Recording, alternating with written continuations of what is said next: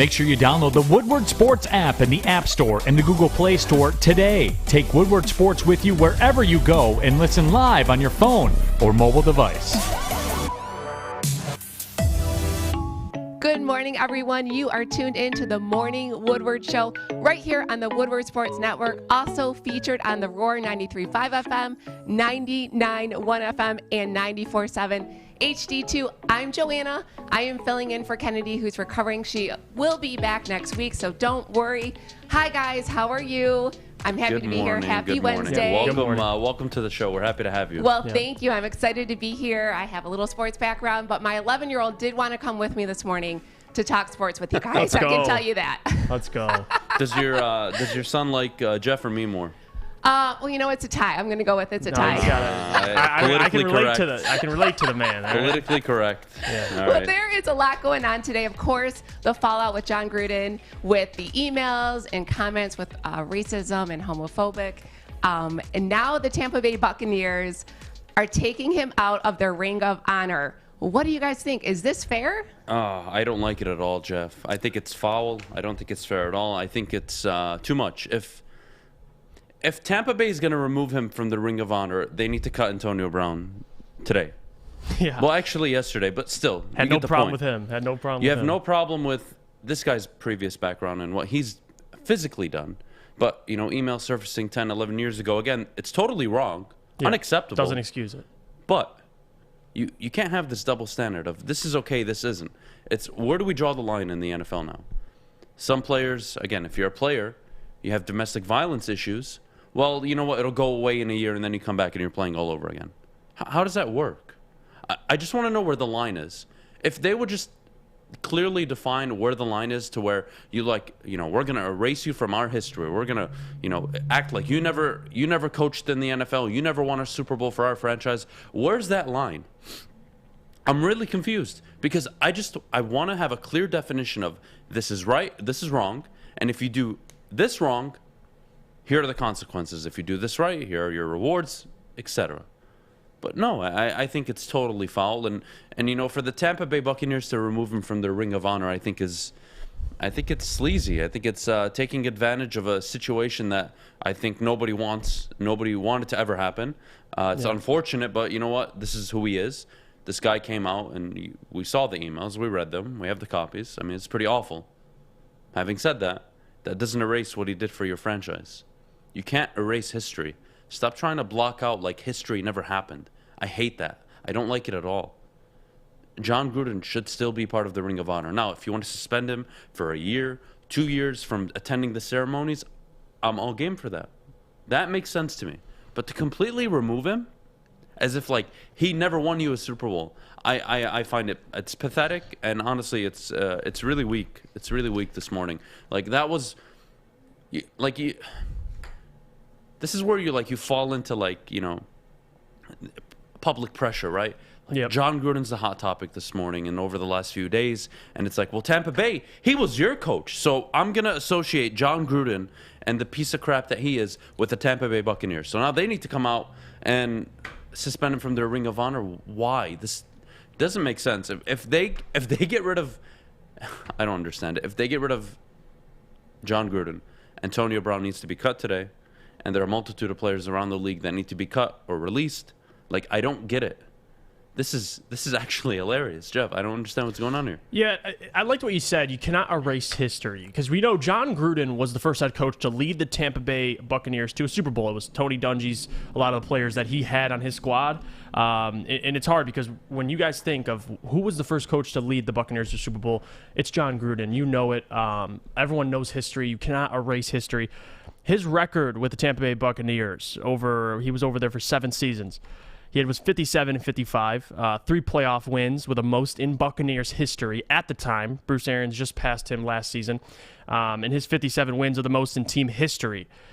His 4 winning seasons are tied for the most in team history with Tony Dungy. So the man has records in the franchise. And I get none of his actions are excusable. We've talked a little bit about it the other day.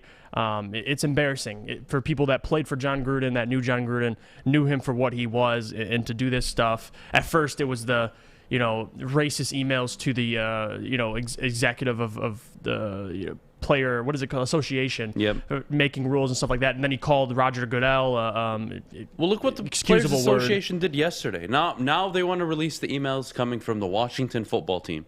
Yep. And we all know that ownership group, there's a problem there. Yep. So are those emails going to be released? Because I promise you he's probably selling in the next 6 months if they do. But where's the double standard now? If you're a player or a coach or an owner, I mean, we know the rules, guys. There's one side cuts the check, the other receives them. I mean, are they really going to follow through with this? I don't know. It doesn't make sense to me. I don't care. Go ahead. It says more about the day and age we live in, because you just said, you alluded to it. When Jon Gruden's in the spotlight, everyone looks to, okay, where's Jon Gruden associated with? We know the Oakland Raiders. Anybody associated with Jon Gruden, I'm going to go after and I'm going to attack. Why? Yeah. He's the one who made the mistake. Yep. Tampa Bay, why are you trying to erase him from your history? I don't understand it.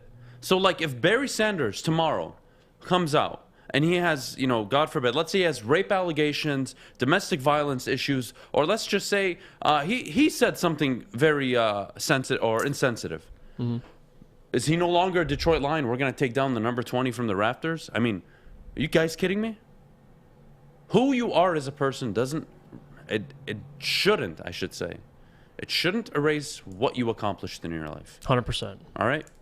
If it comes out tomorrow that Barry Sanders had this scandal, 1, 2, 3, 4, whatever it is, does that mean you remove him from your Ring of Honor? Now, if you want to suspend him for a year, see if he turns into a good humanitarian, see if he recovers, similar to Mike Vick. I use the Mike Vick story a lot because this guy did probably one of the worst things we've seen from a player in the NFL. Mm-hmm. Went to jail, came back, did his time, paid his dues, comes back, not only gets another $100 million contract, not only becomes very successful and a good humanitarian, but the guy actually changed and hasn't been in the limelight for the wrong reasons since. It's possible. I'm not saying it happens with everybody. You see the Ray Rices. You see the guys that they can't get out of their own way. But Josh Gordon, another example. Granted, it's not so much on that side, but still. Yeah. When is enough? Why isn't it enough that he resigned? He's no longer a head coach in the NFL. He will never be a head coach in the NFL. He'll get a TV gig probably in a year and a half, most likely. I mean, he's amazing on TV. Do we just kill people and they're supposed to never exist and anything they did in their lives doesn't matter anymore? Honestly, I don't get it. I really don't. So if tomorrow leaked emails come out from Jeff, right? Jeff said some really bad things and, we dismiss him. Mm-hmm. And we separate ourselves from him. Does that mean Jeff wasn't... Do I go on YouTube and I delete all the shows that involve Jeff? Do I delete everything associated? No. Well, no, guys, no. I don't like it. Tampa Bay, big mistake in my opinion. I don't like it at all. I think it's an overreaction. I think, again... pressure from, I don't think what happened to Jon Gruden is cancel culture. So let me clarify that. But what happened with Tampa Bay seems like pressure from that type of culture of this guy over here did something. We were tied to him, 20 years ago. We're going to cut ties with him now. We're just going to erase everything he accomplished for our organization.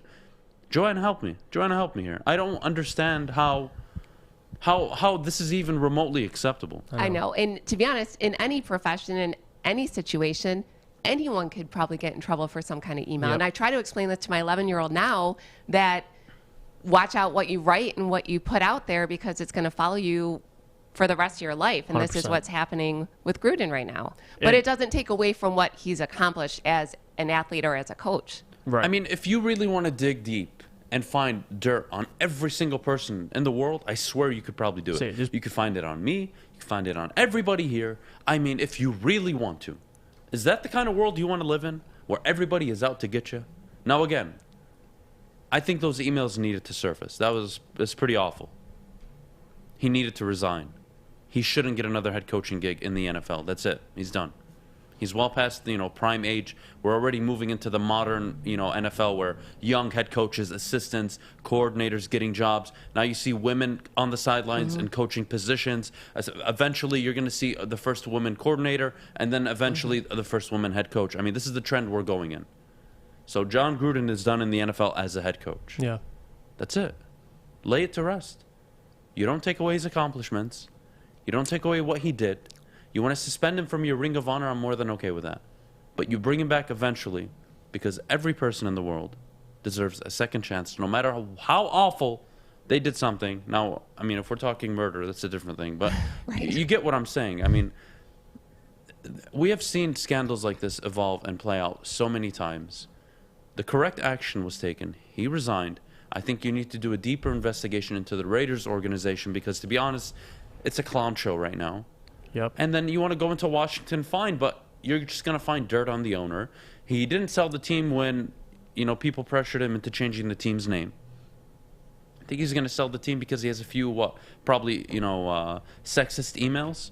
I mean, it's a difference between a player, a coach, and an owner. And that's just the reality, and I don't like it, but again, do you erase the last 20 years of his ownership in Washington?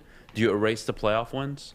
Do you replace the division titles? Do you erase everything? Take down the banner too. Do you take down the stadium? I just don't get it. It makes no sense. That's why you don't put nothing in your emails. It's a red flag for me. You don't put nothing in your emails that you're not going to be showing in court. That's what That's I fine. remember. You're just a piece of crap if you're going to send emails like that. He put a lot of emails he didn't want to see in court. It's not even just the email part that I have a problem with. Like what he said, he felt comfortable enough to share that his genuine feelings about those situations with people. They came out, bit him in the butt. Goodbye. You're done in the NFL. That's it. I know. We can't move on. Like, I don't get it. What about all the people that back in the day arrested for carrying marijuana with them? What about those people? Now they're doing 20, 30 years back in the day. Today it's completely legal. Again, circumstances, rules were rules back then. But do you go and erase everything that happened prior now that it is legal? No. I mean, it's difficult. I don't like it. Yeah. I think it's a bad standard to set. But Joanna, we gotta head to break. Yes, we are going to head to break. And coming up after break, more trouble with the Lions. We're going to tell you what's going on with them. But first, we're going to hear from our friends at Northwestern Tech. Yeah, listen, you or anybody that is looking for a job, a trade school specifically, check out our friends at Northwestern Tech. They'll set you up with a job right after school, paying roughly around $70,000, I've heard. Listen, you start a new career in an industry that is always essential. It's the heating and cooling industry. Learn more today by visiting northwesterntech.edu. Hi, I'm David Hall from Hall Financial. And at Hall Financial, we treat our clients like family. And our number one priority is giving each of our clients 5-star service. Our passion for 5-star service, combined with our expertise, allows us to find the best possible solution for refinancing your home loan. We take the time to focus on both the individual and the numbers. We're going to walk you through the process and close your loan in half the time of our competition. Go to davidhallmortgage.com today. Welcome back. You are tuned in to the Morning Woodward Show right here on the Woodward Sports Network. I am Joanna filling in for Kennedy. She'll be back next week.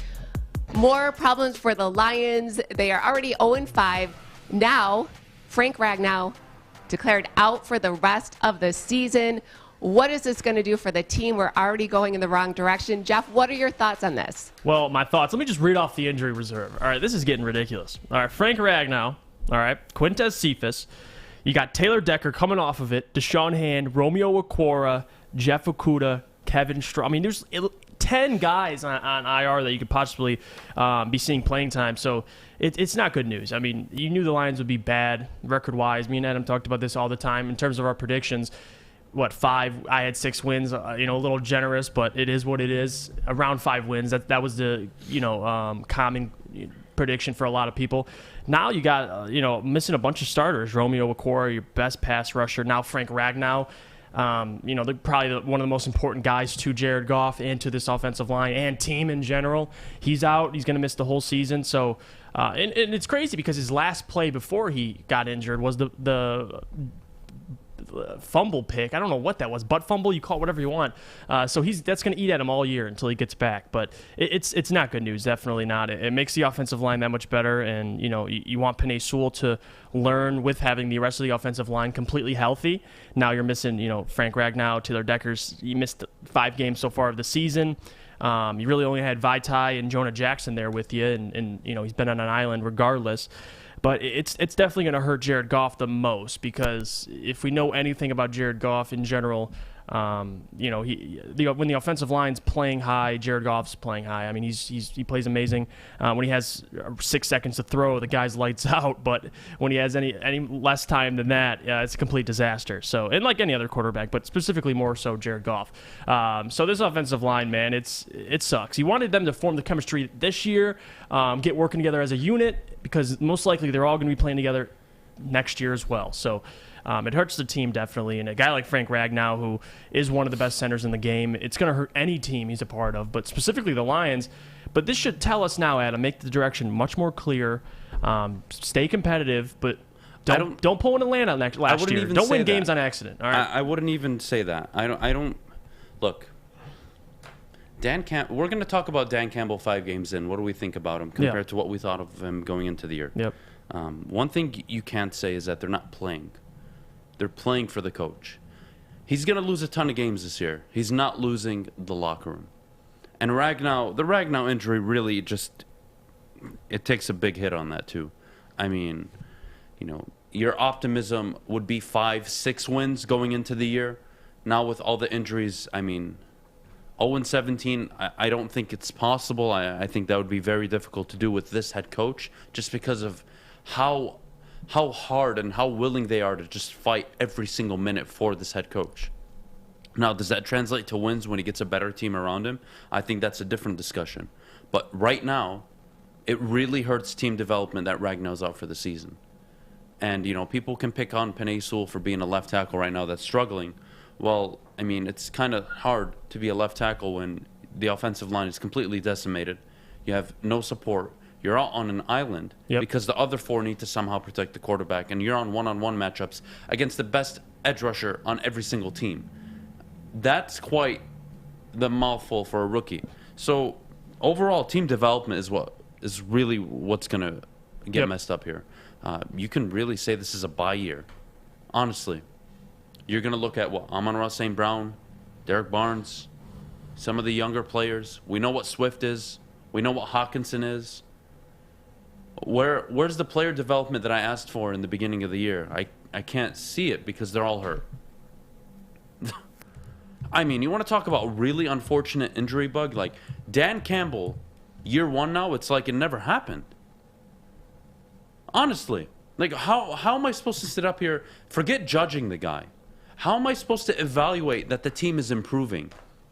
You guys can tell me they're playing hard, Adam. Okay, guys, like, that's going to get old real quick, I promise you. It's not about just the fact that they're playing hard. I told you, they're going to lose a lot of games. He's not losing the locker room, though. They're going to play for this coach. But you need players to win games, too. And they don't have any right now. Anybody that you were excited about is likely hurt. Penei Sewell likely moving back to right tackle. And in an experiment year that, let's be honest, the team's winning, 1, 2, 3 games at the most? Yeah. Oh, man. This is really frustrating. I really wanted this year to be the year where, again, don't look at the win-loss record, guys. Honestly, don't look at the win-loss record. But how are the individual players improving? Are we more fundamental as a team? Less penalties. Are we committing less penalties? Are we shooting ourselves in the foot less? Are we good in late game situations? Are we improving at least? 17 games go by this year. I'm not sure if I can tell you if they've improved or not, because half the players that are playing right now aren't going to be on the roster next year. And it drives me nuts. Like, I really wanted this year to be where I can just evaluate individual player development. And I can't even do that. And now we're sitting here with the head coach who will probably lose 13, 14 games. Hopefully they overhaul in the offseason with talent. They add more. And I think 5, 6, 7 wins is achievable next year, even with Jared Goff as your quarterback. Why? I really think they're going to have an A-, even an A offseason. I really think so.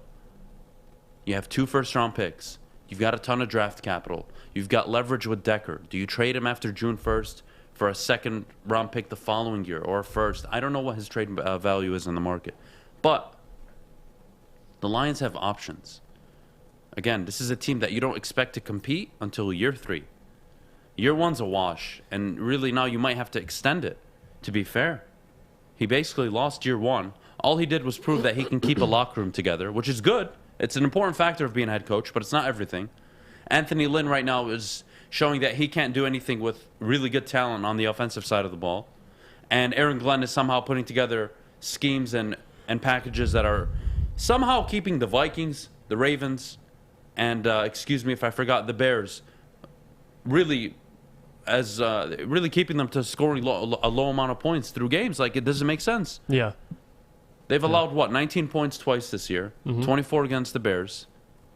This team doesn't make any sense right now. And I'm not sure what I'm going to pull away from it. Honestly, at the end of the year, even if they're 2-15, that's not me judging Dan Campbell, but, like, where's the individual growth that, like, outside of Amon-Ra St. Brown, Derek Barnes, the obvious ones? Right. What am I looking forward to? Penei Sewell? Okay, you're moving him to right tackle, so I can't even be harsh on him. I can't evaluate him. It's a new position. I really wanted this year to be a developmental year. It's going to have to be game to game, just seeing how they improve. Like you said earlier, committing less penalties. Are you being more efficient, especially towards the end of ball games? I mean, that's the little stuff. But more importantly, to your point, Frank Ragnow, that loss hurts, but it doesn't hurt as much as a Jeff Okudah, because Frank Ragnow, we know what Frank Ragnow is. He's one of the best centers in the game.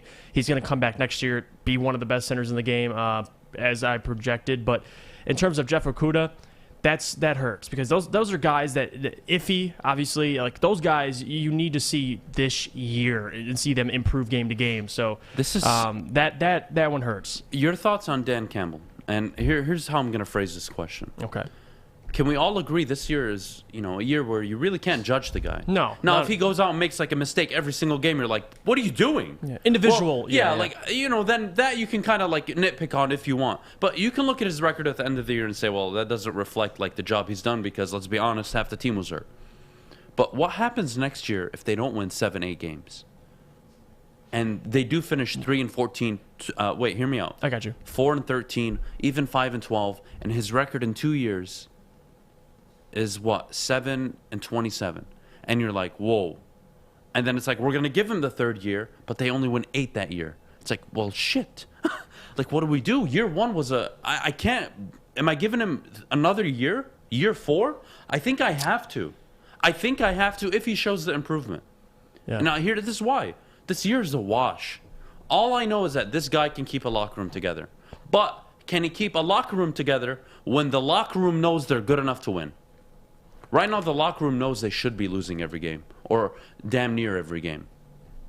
So, they're going to, guys, we're growing together. Let's improve. Like, that's the camaraderie right now. But what happens when you actually have a roster full of talent with the expectation of winning 8, 9, 10 games, trying to compete for the division, and the losses add up?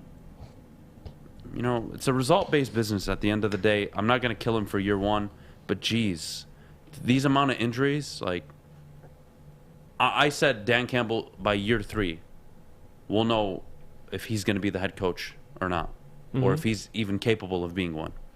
I might have to push it to 4 years, and I don't want to do that. We'll see.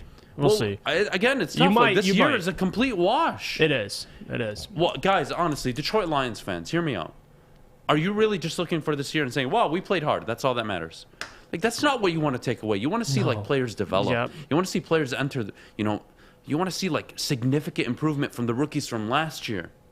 I want to see a culture. And everybody's, like, hurt. The culture, I think, is there. It's coming together. I think he's got that figured out. Yeah. Can he put together a product on the field it's going to win football games, consistently? I don't think you can evaluate realistically till maybe year 3. And that kills me to say, because that is a long time.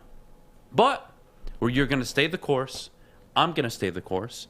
I'm going to judge him probably by Thanksgiving of next year. I'll see, like, if this team is, like, improving in the ways I'd like to see. Hopefully they don't have another disaster year like this year where everybody's hurt next year. Then I'm just going to pull the hair out of my head. Like, I can't watch football anymore. If they have the same injuries they have this year or the next year, how am I supposed to evaluate anything? Honestly. So that's what's troubling for me is, all I figured out this year is Dan Campbell can coach a team. Even if they lose, he'll still keep the locker room. That I know. I already know that Jared Goff's a bum. He's a bridge quarterback. He'll be gone in 2 years. Check. Jeff Okudah, already a bust. Hopefully he turns out to at least a good corner. Yeah, that's what you hope for. Right? Maybe even above good. That'd be great. I would love that. But he's already missed his first 2 years. It's not looking good. Penei Sewell. What are you doing with Penei Sewell? Is he a right tackle for 2-3 years and then you're moving him back when Deckard leaves? What are we doing? Like, these are the things I'd like to figure out. These are the things I think are very important. We've seen the defense improve week to week for the last 3 weeks. The offense has regressed since the first game. And they suffered the same amount of injuries. I mean, it ain't like it's just all offensive side of the ball. But the offense still has weapons. Yeah. Why can Kirk Cousins put it together with an average offensive line and Dalvin Cook out in the lineup, but Jared Goff can't with very similar weapons outside the wide receiver position? I mean, it's not even close there, but you have a Hawkinson. You have dual threat running backs. Why can't you figure it out? Why can't you get creative? Somebody please tell me. I think, you know what my little prediction is before we go? I think in the next couple of years, Dan Campbell's got to get that offensive coordinator, that I think Joe he believes Brady. in Anthony Lynn. I disagree. I think Anthony he sold on Anthony Lynn, and I don't know if that's a good thing for them. I think Anthony Lynn's here to get his next head coaching job. I don't know where it is, if it's in college or anywhere else. He's not going to be the Lions' offensive coordinator. If I'm a GM, yeah. Why would I hire Anthony Lynn? I watched him take Justin Herbert and the Los Angeles Chargers. Yeah, that's on them. And win, 4 or 5 games? Go to Detroit with an abundance of weapons outside of, the wide receiver position, and still couldn't figure out how to score more than 17 points a game. Oh yeah, I don't know where. Like, why would I hire him? Seriously, like I think he's here to stay for the next 2-3 years. But that's my point. If you just stated all those facts, he shouldn't be a Detroit Lions offensive coordinator. If he's struggling, don't be careful what you say. I mean, you're gonna get mauled on Twitter. Like no, I'm just saying. In the next couple of years, if Anthony Lynn is not able to put it together, I mean, what are we doing? Well, I mean, so here's the dilemma before we go. This is the dilemma with Dan Campbell, right? He's not the defensive guru. He's not the offensive guru. So you need gurus. So you need guys around you that can give you that. And he's trusting in the people around him. Again, what leaders do. I trust the people around me to make sure that we're having a good show. He's trusting the people around him to make sure that he has a good product on the field. But he has to be good enough to hold the defensive side and the offensive side accountable. Yep. Can he do that? It's too early to tell, and I don't know. And I question it. And I hope he can, because he'll be very successful if he can. But right now, I don't know the answer to it. I'm more inclined to question it than I am to agree with it. So, yeah. Joanna? Yeah, we got to take a break now. I'm hoping the Lions don't go 0-17. After the break, is Kyrie going to be able to play this season? We're going to find out. But first, we want to know if we should bet on the Lions going 0-17. Let's hear from our friends at MyBookie. I already did. I already bet the Lions going 0-17. But, guys, listen, where you're betting is just as important as who you're betting on. And this is why I always tell people to place their bets on MyBookie. Bet from anywhere, anytime, using MyBookie. Sign up today using code Woodward, and they'll match your first deposit up to 50%. You put in $100, they'll give you $50. You put $200, they'll give you $100. Get your NFL picks in for Week 6, which includes the battle between 2 potential Super Bowl teams. You don't know what's going on. Arizona visit the Cleveland Browns. That's a big game. Kyler Murray, is he going to step up? So much action this weekend. I am so excited. Bet anything, anytime, anywhere with MyBookie. And again, if you have a problem, please call the Problem Gambling Hotline at 1-800-270-2117. Tony is a third-generation logger that has a simple, practical approach to life and work. That's why his Coast DX342 knife is perfect for him. The stainless steel blade is rust-resistant and made for all-weather use. And the double roll-lock safety ensures that it will never inadvertently close when he doesn't want it to. That's why Coast is trusted tough. Welcome back. You're tuned in to the Morning Woodward Show right here on the Woodward Sports Network. I'm laughing because I know this is going to turn into a heated conversation. Is Kyrie going to be able to play this season? So far, no, because he's not following the New York City's mandate on the COVID vaccine.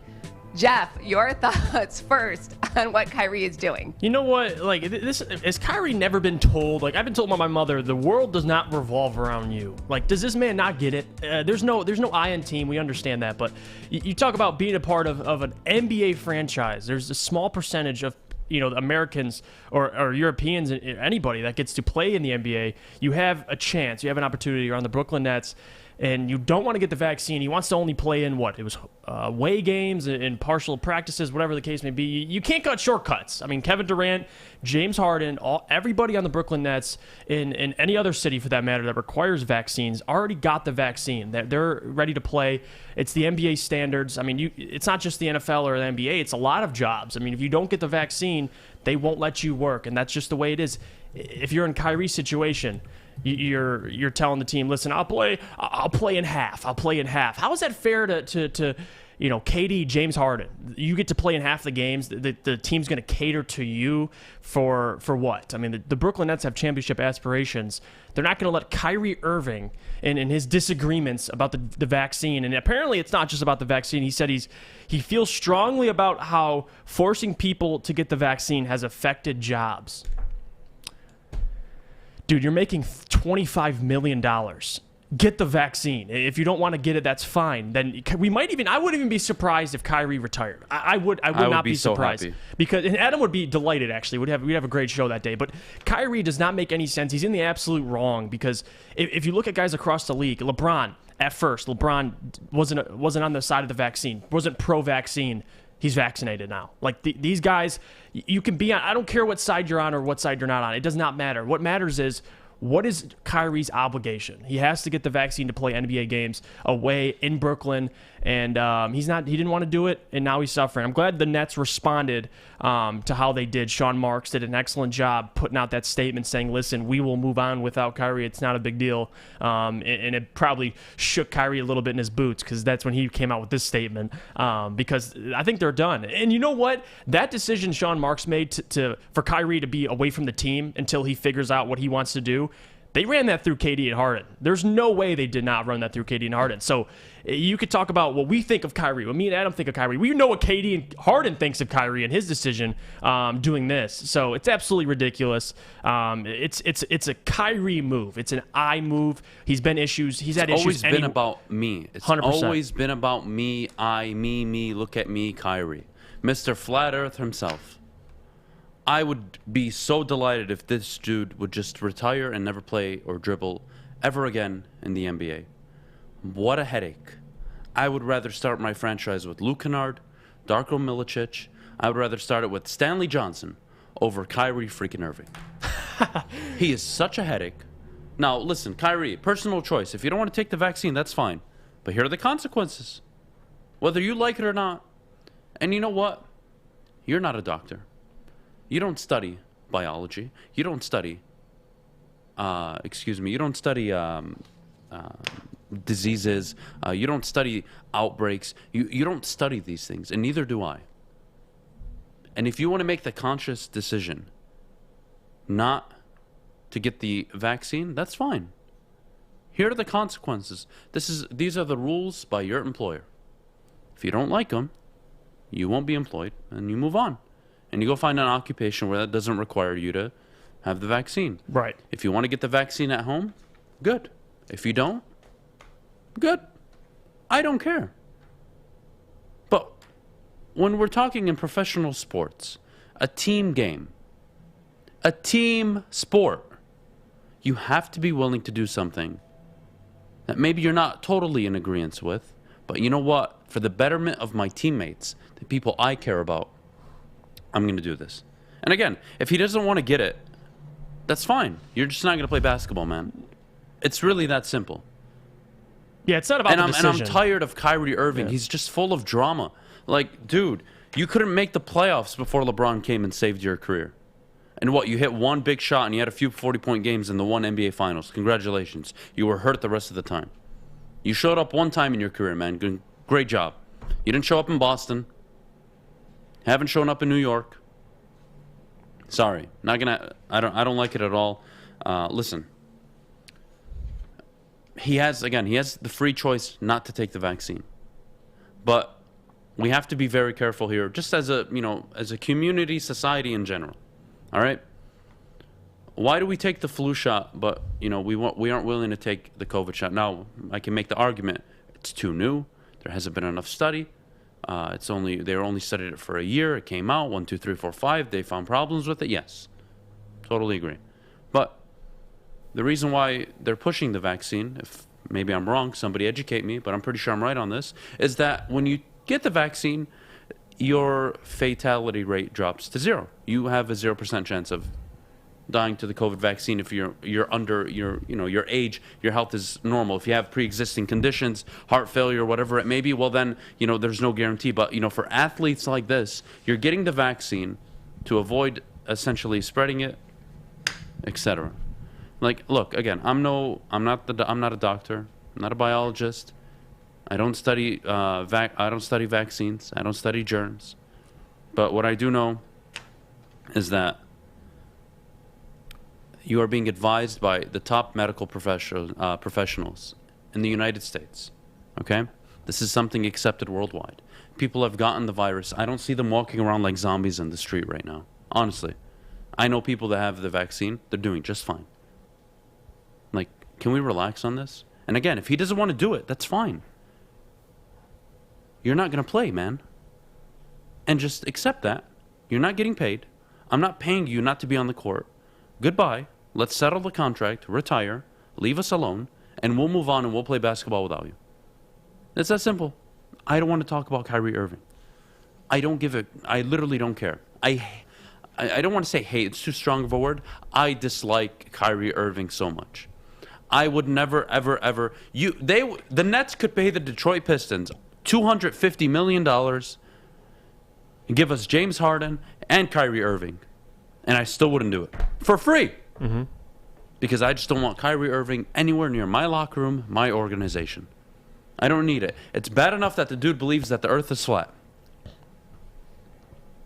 But I can't with this guy. I can't. You can't win with him.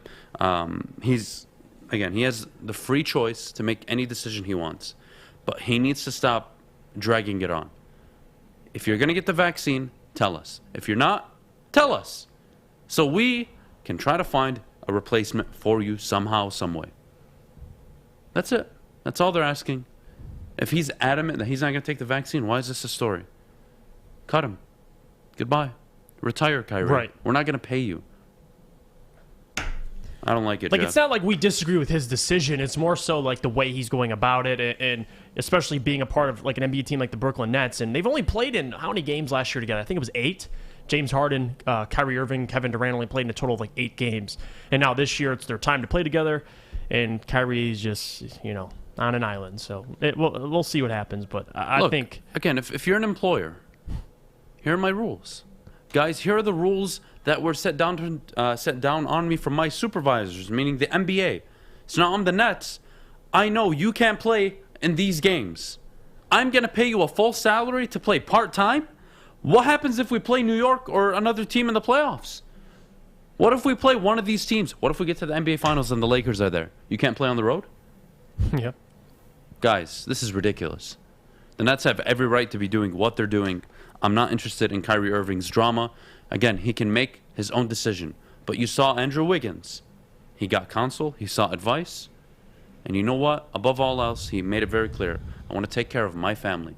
And if me getting the vaccine means I can take care of my family for years to come, I'm willing to do that. Kyrie doesn't think about that. Kyrie only thinks about Kyrie and what narrative he wants to drive. And that's why I could care less about Kyrie Irving, and honestly be very good for the NBA if he just went away and retired. We don't need players like him in the game of basketball. Well said. Well, I'm with you on that because I feel he's letting down a team and a ton of people. He doesn't work for himself. He works for a team and fans, and now he's letting down all of those people as well. But I don't think this is the end of what we're going to hear from Kyrie. There's going to be a lot more going on with him in the upcoming weeks before the season opens. So we'll see what's going to happen with that. Coming up after the break, we're going to switch back to football, and we're going to break down the NFC North. Of course, we know what the Lions are doing, but we're going to go through every team. But first, and I'm already hungry, we are going to hear from our friends at Papa Romano's. Yeah, listen, guys, it's this Thursday, tomorrow, Thursday Night Football, or this weekend, Sunday. You order Papa Romano's. I'm Italian. I know pizza. I love pizza. I go to Papa Romano's. I get their new pizza. It's $16.99. You can order online. It has pepperoni, ham, Italian sausage, ground beef, bacon, and topped with a nice blend of all fresh cheeses. Go to Papa Romano's because it has the pizza that's pleased to meet you. See what I did there? Pleased to meet you. Order online at paparomanos.com. Get your pizza today. Fellas, football season is here. It's time to make your grooming experience easy like Sunday morning. Get to Lady Jane's Haircuts for Men. Walk in, relax, watch your favorite team play, and before you know it, your hair will be game ready.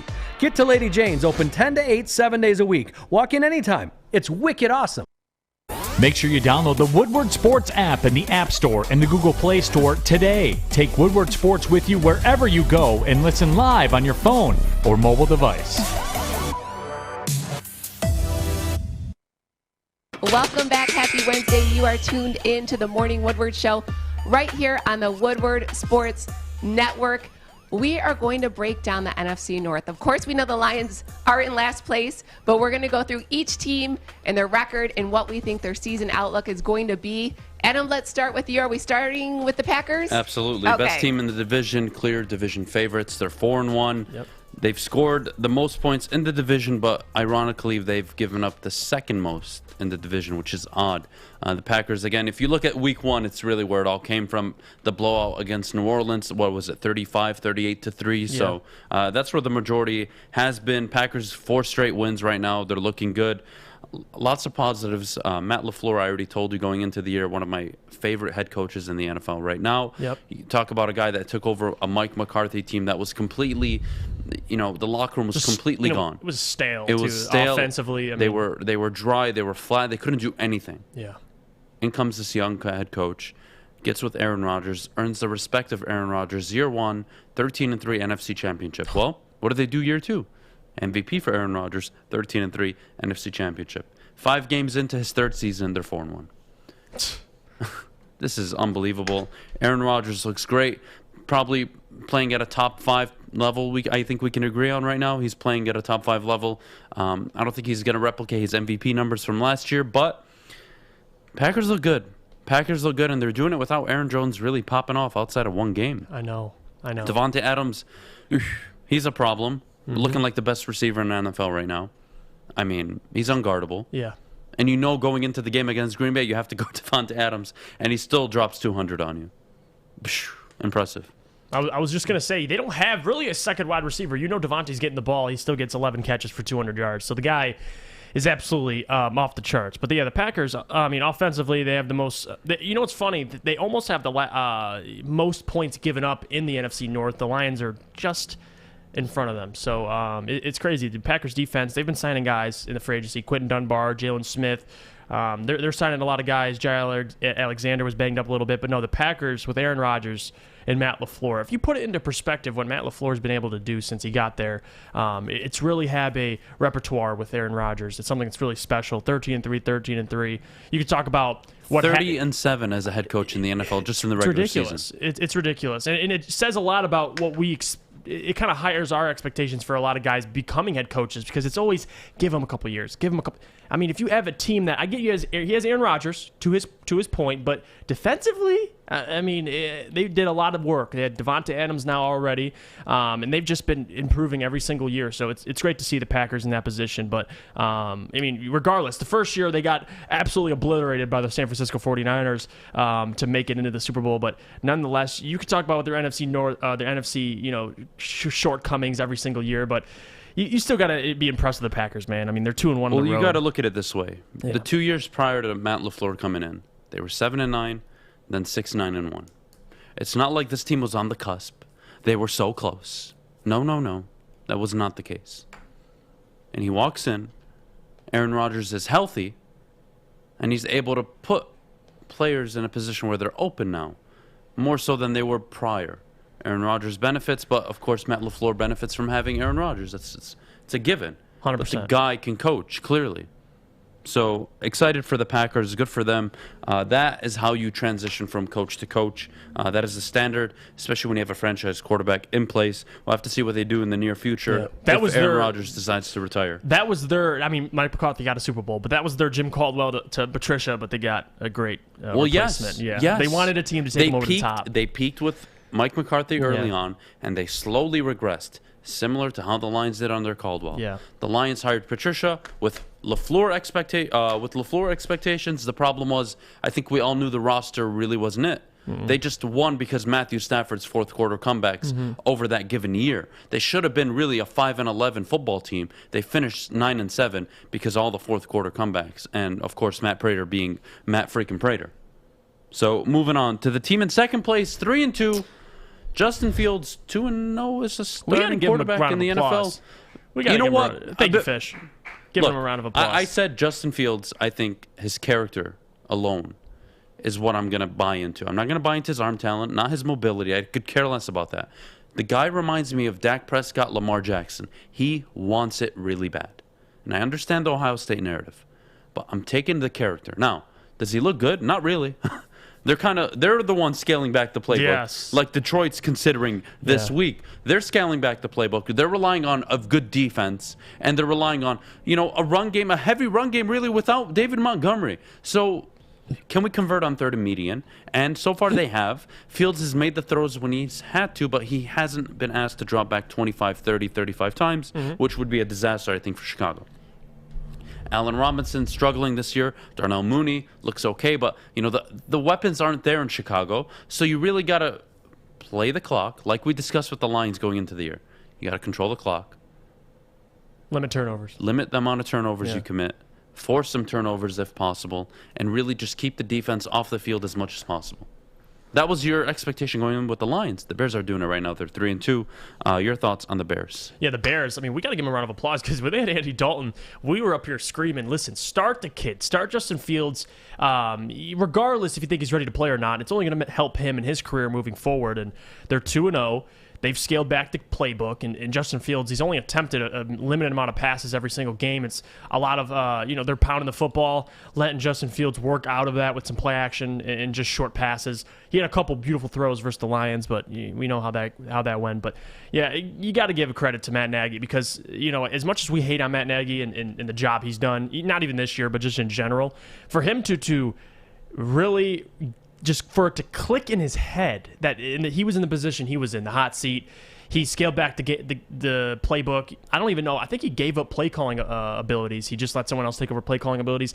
They shored up the game plan for Justin Fields. He doesn't look great, but he doesn't look bad. He has one touchdown, 2 interceptions on the year. It is what it is, but they're getting the job done. And you got to applaud a team like that is able to win 2-0 with a rookie quarterback. They just beat the Oakland Raiders, or Las Vegas Raiders, excuse me. So got to give them a little round of applause. As much as we hate Matt Nagy, whatever you think of him, they're doing good with Justin Fields so far. They're on the right track. Yeah, again, it kind of reminds me of the Tua situation. 9-4 is the starter, but hasn't looked great yet. Justin Fields has time, given probably up until midway into next year. Can he develop? Hopefully he does. That'll be good for Chicago. Moving on to the team in third place that I think we both expected to be better than they are right now. They're 2-3, barely escaped Detroit. I mean, Minnesota, you got to get your act together. You're 2-3. The offense looks good. The defense looks good. You have a good team. This should be an 8-9 win team this year. Get your act together. Zimmer, the defense looks good. They're able to get pressure on the quarterback, but Kirk Cousins, you can't make those turnovers. Madison, you can't. You got to go down. You can't fumble. Maybe it's because teams are sleeping on the Lions. I don't know. I really don't know if it's just teams go in like lackadaisical against the Lions or that they're just genuinely flustered when they play the Lions. I don't know what's going on. All I know is that this team is underperforming. They're 2-3. I expect them to get their act together. I see them pushing for the wild card this year, more so than Chicago. I think Chicago will fall off. I don't think the defense can play that good consistently for the entire year. It's going to be difficult, Jeff.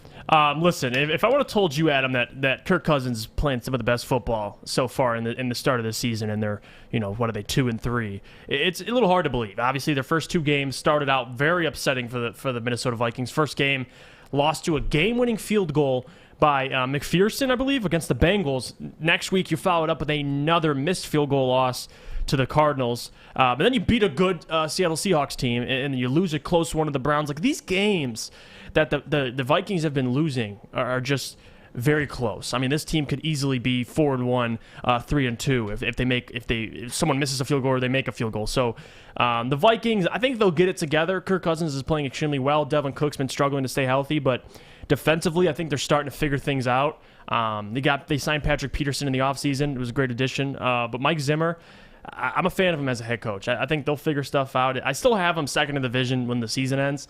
I don't know how long the Chicago Bears can keep this up with Justin Fields and for him to stay just consistent and just pretty much being a game manager for Damian Williams and Khalil Herbert. But nonetheless, man, I mean, I think they'll figure stuff out. They've just been a little disappointing to start the season. But if you got Kirk Cousins playing great football, I think the Vikings, they win some games, towards the end of the season, or if not, the next couple weeks.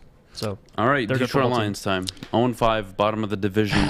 Well, what'd you expect? That's what it is right there. What else did you expect? But more importantly, I think with the injuries this team has suffered, regardless, they would have been probably bottom of the NFC North. I don't think that's a big telling of what would have happened. But to Adam's point, the main thing you wanted to see this year, we've all talked about it, player development. And that took a hit this year. Jeff Okudah's out with an injury. Say what you want about Jeff Okudah. We don't even know if he could be a second-string, first-string starting cornerback for any team, especially for the Detroit Lions. But you wanted to see the guy develop. You wanted to see him with this new coaching staff, Aaron Glenn. He had 2 games with this coaching staff, a little bit of preseason. It wasn't a whole lot to get a good sample size of Jeff Okudah. So that's what hurts. Romeo Okwara's of the world, that also sucks, but at the same time... But you've at least seen flashes from Romeo Okwara. There you go. Where you can all right, he'll recover and hopefully he comes back and can play at that level. Mm-hmm. You don't know what Jeff Okudah is capable of. You got to label him as a bust. The only time you've seen him on the field, he's been burned. He had one good game. I want to say it was against Arizona. Yep, he had the interception on Kyler Murray. Year 3 under Matt Patricia. Yep. That was his best game. Open field tackling. He did get an interception. Yep. That was his best game. I have one game where I'm like, oh, wow, that was good. That's it. In 2 years. It's not good, guys. No. He's missed 24 of an available or of a possible 34 games. That's not good. No.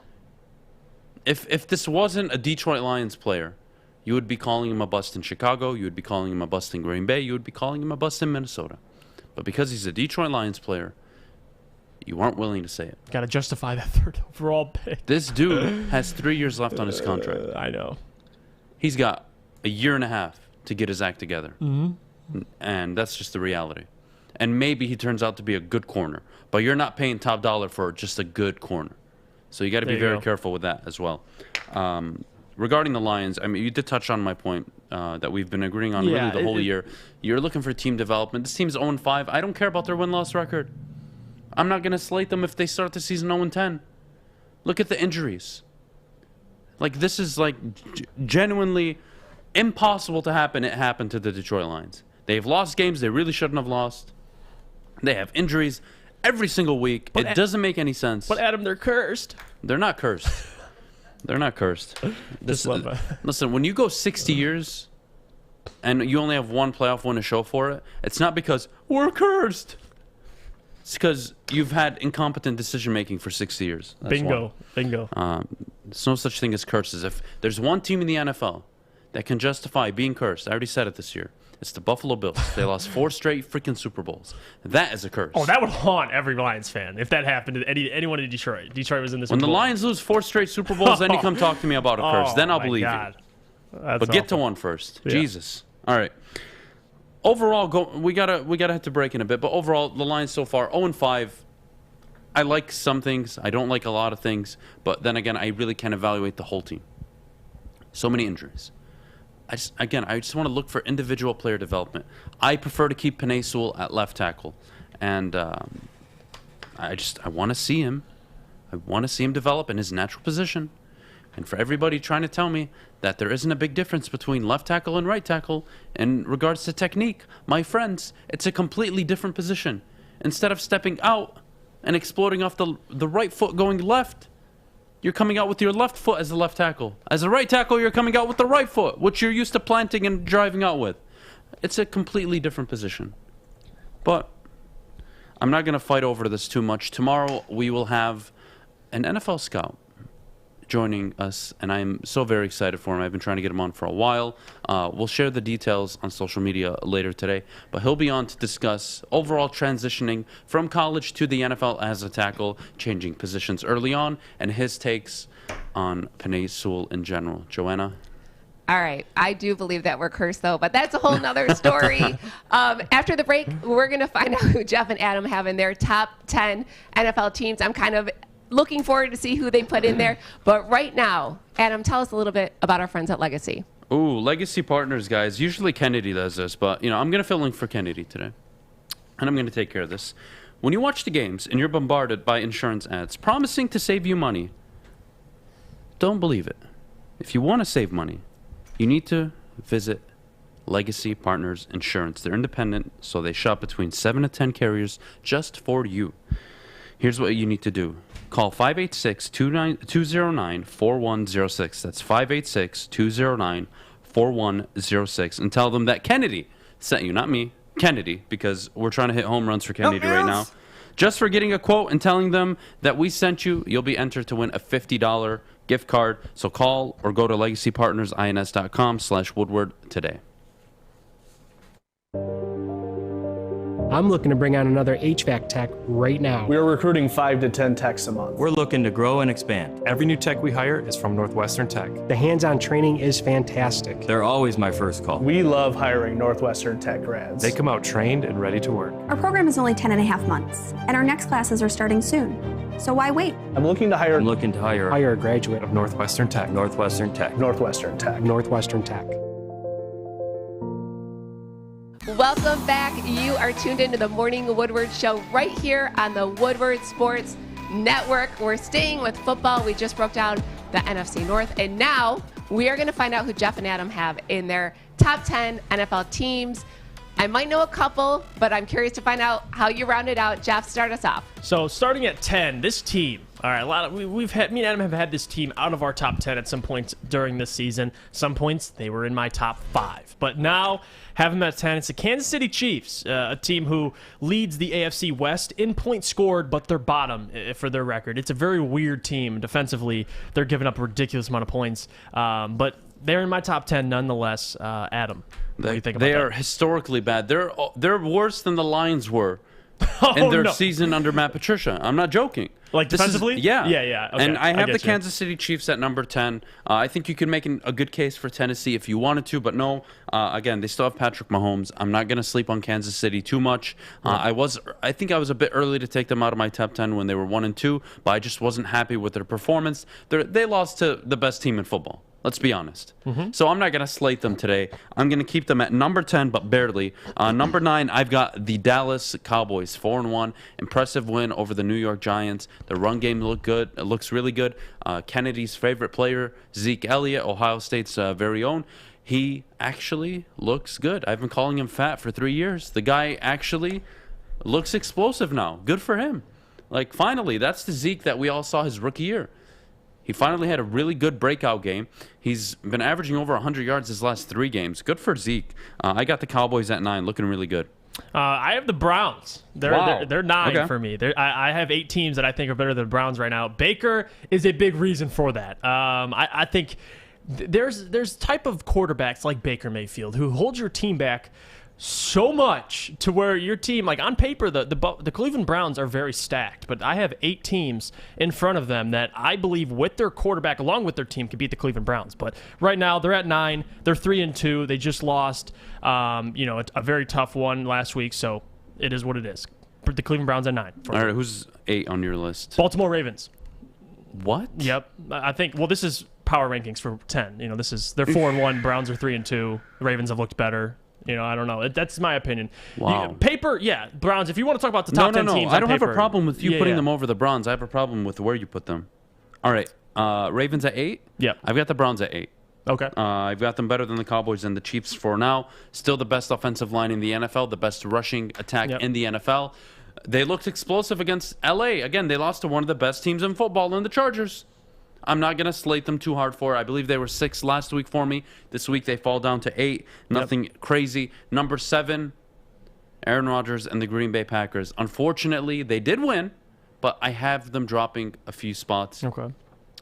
because of the teams that looked so impressive over the weekend. I have Green Bay and Aaron Rodgers at number 7 on my list, Jeff. 7 is the Dallas Cowboys. Listen, Dallas Cowboys, say what you want. I don't know if they're legit. It's every single year you don't know if the Cowboys are legit. But what I do know, this is what I do know. I see with my own 2 eyes. Dan Quinn has done great things for this franchise. And I think defensively, he's put them, he's obviously gotten Micah Parsons. Trayvon Diggs is developing every single year. I mean, I like this team.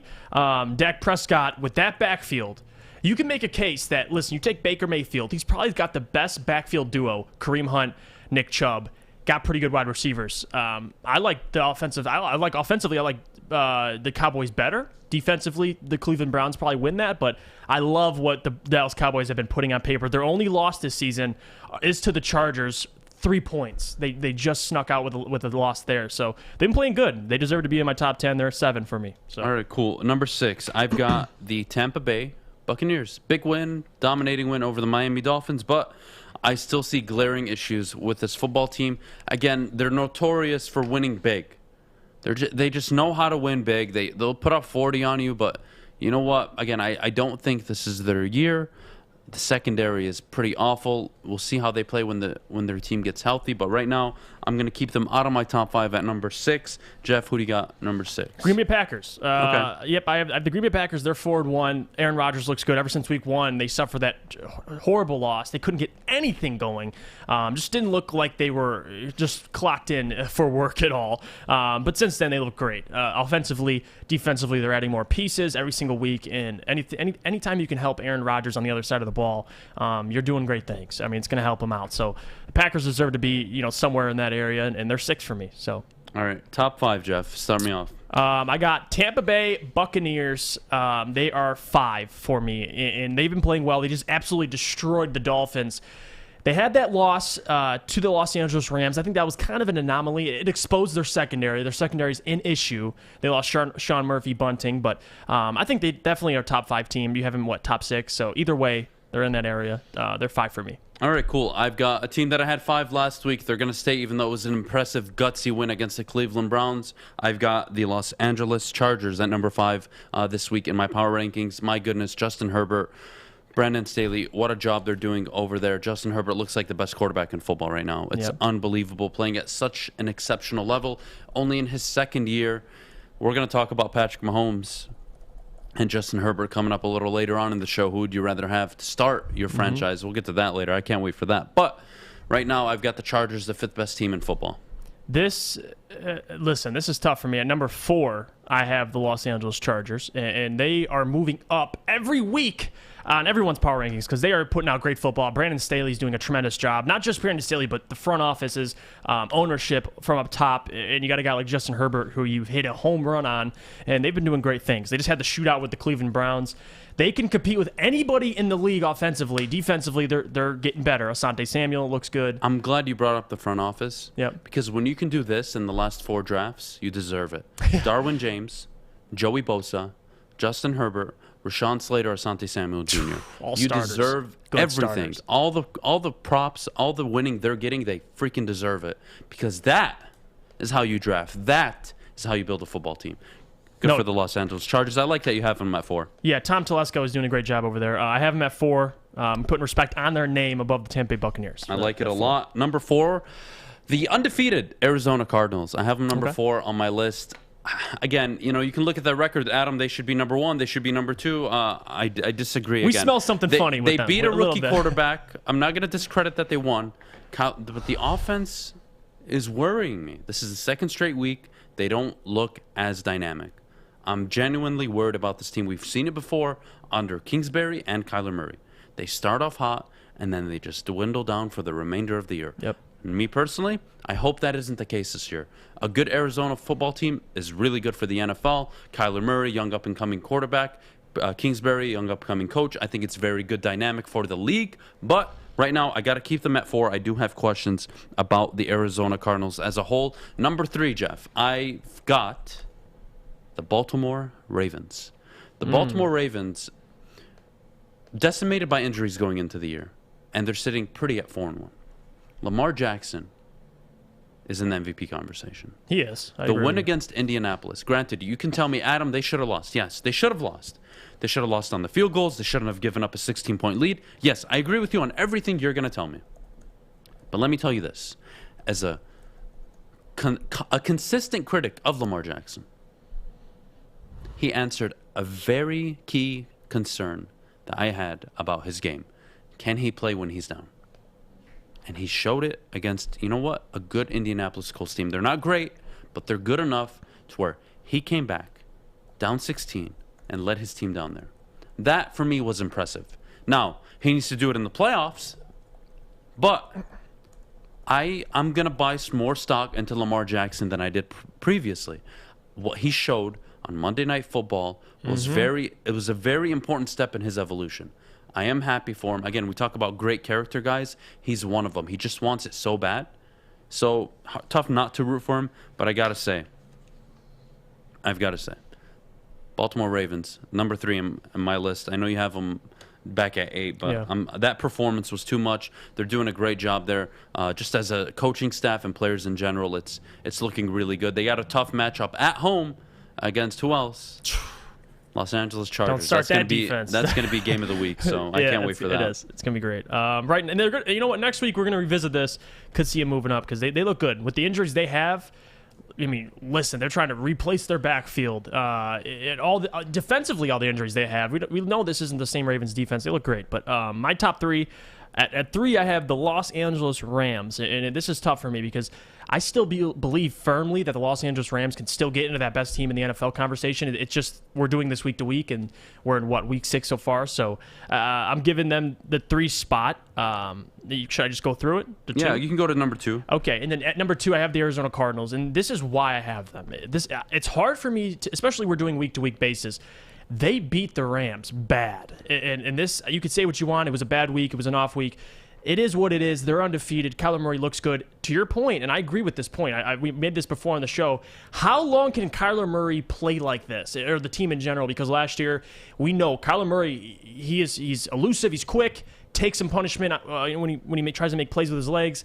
He gets worn down, and when we saw it by week 9, week 10, he didn't look like the same Kyler Murray. So I'm not sold, but I think they're second best team right now. Let me add this about the Arizona Cardinals. Okay, I don't mind you having them at 2. I genuinely don't. I have them at 4. I have my concerns, but I will say this. You did say that the Rams had one off game, let's say, right? But you got to give Arizona credit for making them flustered, correct? Right. Arizona's had 3 off games. No, excuse me, 2. They've had 2 off games, one of which they should have lost, and then they didn't play all that great against San Francisco. No, they didn't. So for LA's 1 loss, 1 off game, I could argue the Cardinals have double that. So true. Number 2 on my list, the Los Angeles Rams. Again, they're just too dynamic on offense. I don't see how you take it away. If the defense can just get their act together, this is one of the best teams in football. I got to have them at number 2 on my list. Again, they didn't do enough to maybe shoot up, but you know what they did do?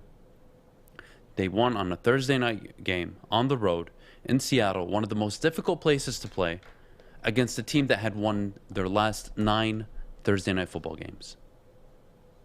They shouldn't have won that game. They did. On the road with Stafford as their quarterback against a winning team, a 2-2 Seattle football team at 500. They won on the road. Yes, Russell Wilson was out. But you know what? Geno Smith actually looked better than Russell Wilson when he came in. So I got to move the Rams up. I'm just high on the Rams. I'm more sold on the Rams than I am on the Cardinals. They have the next few weeks to prove me wrong or prove me right. We'll see how it plays out. But I expect Arizona's first loss to come in Cleveland this week. Moving on, I think we both agree, number 1, Buffalo? Yep. All right, talk to me a little bit about Buffalo. Well, Buffalo, listen, the week 1 versus Pittsburgh Steelers, you call it what it is, but in my eyes, it's called an anomaly. All right, it's called a game where Josh Allen and the Buffalo Bills don't play necessarily well. In the 5 weeks, after that, they've been lights out. 4 weeks, they beat Patrick Mahomes. They held the Dolphins scoreless. I mean, yeah, you could talk about Davis Mills or whoever they've went against. They've done their job defensively. They look scary. Their pass rush. I mean, even with Patrick Mahomes' offensive line being revamped, they gave him problems. So, you know what? I like this Bills team, and I like our pick for MVP. I think it still stands. He looks great. And even though they're 4-1, The Cardinals are 5-0. Listen, their one loss, you can call it an anomaly and give the Bills the number one spot because they look that good. So I do agree. Bills at number one. I don't think it's a question. Dominating win on the road in Kansas City. Nobody could argue the Bills are the best team in football. Probably the most complete football team I could argue in the NFL right now. All right. Well, I'm still cheering for Matthew Stafford, so I'm hoping that he goes far this year. We touched on this a little bit earlier. We already know about the injuries. We already know about the Lions' 0-5 record. What do the guys think about Dan Campbell so far and how he's going to be the rest of the season? But first, Jeff, tell us about our friends at Guardian Alarm. Oh, yeah. We talk about all these teams and what they look like defensively. Let me tell you about someone who's always reliable defensively, and that's Guardian Alarm. They get it. Good defense on and off the field helps you feel secure, and they have state-of-the-art technology that helps you feel safe, all with 24/7 local monitoring. Guardian Alarm has convenient features that let you check in on your home, control lights and temperatures, even detect smoke or carbon monoxide. Call 800-STAY-OUT today. That is 800-STAY-OUT. Guardian Alarm has been trusted for over 90 years at keeping families safe. Okay, you thirsty little spin goblins. I want you to pedal into the next dimension. Spin it! Spin! Spin! Uh-oh! Carmen's falling behind. Let's give her the hiss of shame. Spin! Spin! Spin till you bleed! Don't ride the bike of shame. Come to Planet Fitness and find your own lane with tons of equipment, free fitness training, and no hissing. Join today for just $10 a month. Good morning, everyone. You are tuned into the Morning Woodward Show right here on the Woodward Sports Network, also featured on the Roar 93.5 FM, 99.1 FM, as well as 94.7 HD2. Happy Wednesday. I am Joanna. I'm filling in for Kennedy. She's recovering. She will be back next week. Don't you worry. We touched on this a little bit earlier. We already know about the Lions and their record, 0-5. All of the injuries, including Frank Ragnow, who's now out for the season. But what are our thoughts on Dan Campbell? He cried earlier this week. What are your thoughts, guys, on him being the head coach? Where are we going this season? Will he be here next year and the following year? Who wants to take this, Adam? Yeah, I'll start. So right now, Dan Campbell, again, I said it earlier in the show, I'm not going to judge him based on his record, okay? Moving past the record, forget their 0-5. What I know right now about Dan Campbell is that he will not lose the locker room minimum for the next 2.5 years. Minimum. He's not going to lose it next year, but he could lose it if they continue to lose by year 3 early on. But forget the losing, forget the winning side of it. The guy cares. He does genuinely care. It means a lot to him. And I come from a mindset of, you know what, to be honest, I don't care. There's 31 other coaches that care just as much as you do, if not more. They want to win just as bad, if not more. The players all want to win. This is like common sense here. So this is my only concern with Dan Campbell is when you build a foundation strictly based on the emotion side of it. Well, what happens when you can't win? You can't win just with emotion and raw effort and strength. It's not how you win in the NFL. It's a part of it, though. It's part of it, but it's not all of it. And when you invest all your eggs into that basket, for me, that's concerning. But again, I'm going to give him more than enough time to prove it, and hopefully he gets enough talent. That way we can properly evaluate him as a head coach. But my thoughts on him so far are really simple. He's a good guy. He's a breath of fresh air, I think, in a city that was really tormented with a quiet head coach and Jim Caldwell that you wanted to freaking hold accountable. Like, dude, your time management skills were awful. Your decision making was questionable at times, and like you were just winning always by coming back in the fourth quarter. You would never do anything in the first 3. And then he would, very quiet guy, but the players kind of respected him, and he was well liked in the locker room. And then you move on to Matt Patricia, and it's like, what a piece of garbage, what a horrible human being. And it's like, we needed to change that. And here comes Dan Campbell.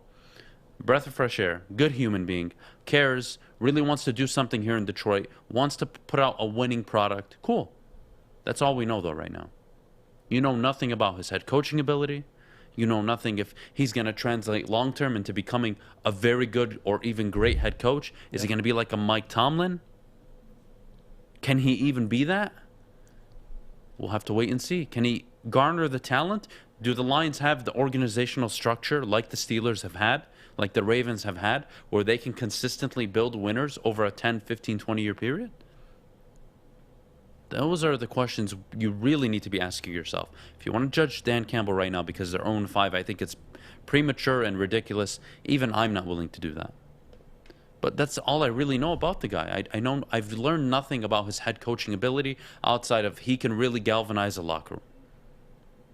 So far, late game situation management, it's been poor up until Minnesota, where they went for 2. I love the decision. Even if they didn't make it, that's how you go out and win a football game. Yes, they lost it, but you know what? He tried to win it at least. That's a breath of fresh air. That's him holding himself accountable to what he promised before the games ever started being played.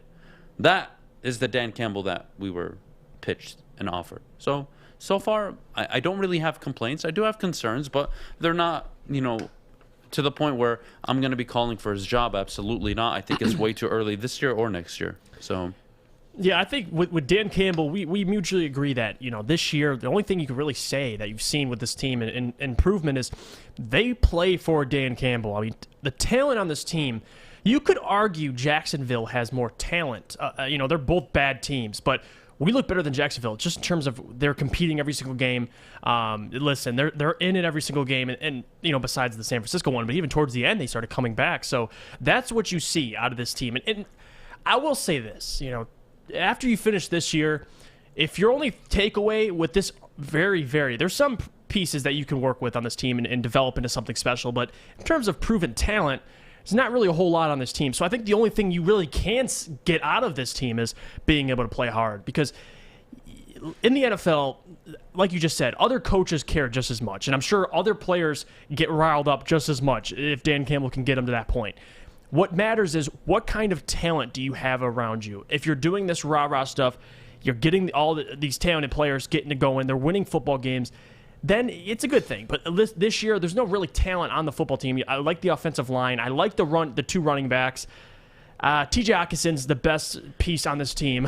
But other than that, it's hard to evaluate, a lot of things with this team. The only way you can evaluate really any head coach, which it's struggling, Joe Judge is going through this right now in New York, is what are you evaluating him with? The New York Giants definitely have a better football team, but in terms of he has a broken down offensive line. There's all kinds of excuses. You want to put a good team around Dan Campbell so you can properly evaluate him.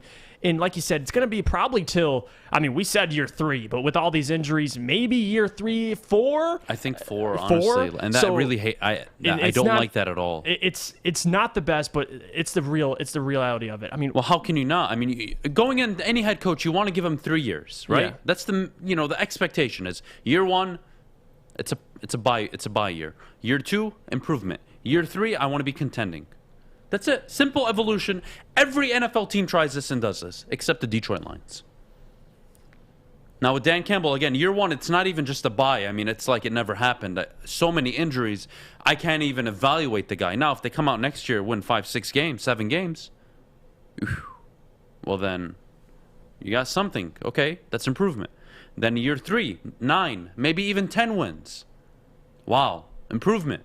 Let's keep him. He has a 6-year deal, 3 years in. He's already showing the signs of development that you want to see. And if the front office continues to be making the right decisions, probably by then you'll have, ideally, your franchise quarterback. And then you can actually try and win something significant outside of just regular season games. So let's play, real quick, let's just run through it scenario-wise. Next year, this team, we're probably saying 6 to 8 games you're expecting them to really win, just to at least say, well, we improved. How many players do you think they are expected to add? You look at the draft, they're going to have a full draft, probably 2 first-round picks, hoping those players get impact right away. Are they going to make noise in free agency? I wonder what this team does to really be able to... It's got to be done in the draft. They don't have the capital. They don't have the cap space to do anything significant in free agency. They'll sign some veteran pieces just to shore up communication, but it's not going to be anything spectacular. It's going to be this team with a couple rookies on it. Yes. Now, Patty, Adam, would you take Caldwell or Patricia? That's guys, a setup question. You obviously... What do you think? No shit. Congratulations. We all agree Caldwell over Patricia. What an accomplishment. I know. I'd rather have Jared Goff over John Kitna. Wow. Wow. We've upgraded so much, guys. Congratulations. Yeah. You guys, you know, that's your problem in the chat, is you accept mediocrity. And under Jim Caldwell, it was nothing but mediocre. And it looked better than what it was because Stafford was a big part in getting you down the field and coming back in the fourth quarter. Now, he was also that same quarterback that did nothing in the first 3 quarters. But you know what? You got to stop giving all the credit to Caldwell as if he was some magician. Because I promise you, if he was a magician, he would have won the division at least once. He would have not thrown away 2 5-2 starts, a 5-0 start, a 6-2 start. That's not a good head coach. Get over yourselves. Stop accepting mediocrity. Yeah. Look at Packers fans. They are up in arms right now, but they're also content because, hey, like, you're at least winning the division. That's what we should do. Good. Thank you. We won playoff games. Good. Wow. Back-to-back NFC championships. Wow. Thank you.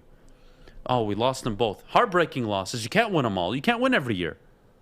But what you can do is put out a product that your fans will be proud of. You can't sit here and tell me that you were proud of the Jim Caldwell product 4 years in. You can't. And if you do, you're lying to yourself. Yeah. So all you could say is it was better than Matt Patricia, but what is that at that point? You know, it's not about Jim Caldwell. It's about what he got after Jim Caldwell, and that's a whole other discussion. We had that discussion already. But Dan Campbell, you love the guy. He's passionate about coaching, and that's what you want to see with the Detroit Lions. It's like a breath of fresh air to see someone as passionate, who cares. He's played for the Detroit Lions for a short period of time. That's going to be great for the honeymoon period. What happens when you have a good roster? Can you win football games? Can you beat good teams? It's a good starting point. Do I have to remind you guys of Jim Caldwell's record versus winning teams? Last I checked, I'm pretty sure it was 4-24. So kick rocks and stop trying to tell me that he was some great head coach. It was mediocre. They would barely beat the bad teams and lose to the good teams. That was your 4-year stretch under Jim Caldwell. Congratulations, Detroit Lions fans. It must have been the greatest time of your lives. It wasn't. Have some standards. Hold this organization accountable. Try to actually win divisions, multiples. You want to get rid of the same old Lions mentality? Win consistently over an 8-10 year stretch. Win 2-3 division titles. Win 3-4 playoff games in a 10-year stretch. Then we can talk about you being a stable, functional organization. Till then, stop giving me, we were 9-7. You play to win the game. Shut up. We got to go to break. Yeah. Okay. We set the bar pretty low here in Detroit, unfortunately, with the Lions. But coming up next, we talked about it. Justin Herbert is on fire this season. Would you rather have him or Patty Mahomes as your starting quarterback and start your team with? But first, Lions are underdogs this week against the Bengals. Tell us a little bit, Adam, about Underdog Fantasy. All right, guys. Underdog Fantasy. Every week you can draft a new team. The NFL season's underway, and I already told you, every week you get the team that you want through their slick, mobile, user-friendly app. You can join a league and draft a team within minutes. The folks at Underdog Fantasy are going to help you get started with a free $10 reward when you sign up and deposit using code WSN. Again, sign up today using code WSN and download their app. It's available in the Google and Apple store. We'll see you guys right after the break. Papa Romano's has a pizza that is pleased to meet you. The Pizza Pizza is a sizzling deal and fully loaded with pepperoni, ham, Italian sausage, ground beef, and bacon. Get a large Pizza Pizza for $16.99 at paparomanos.com. Morning, Art. Good morning, D-Mac.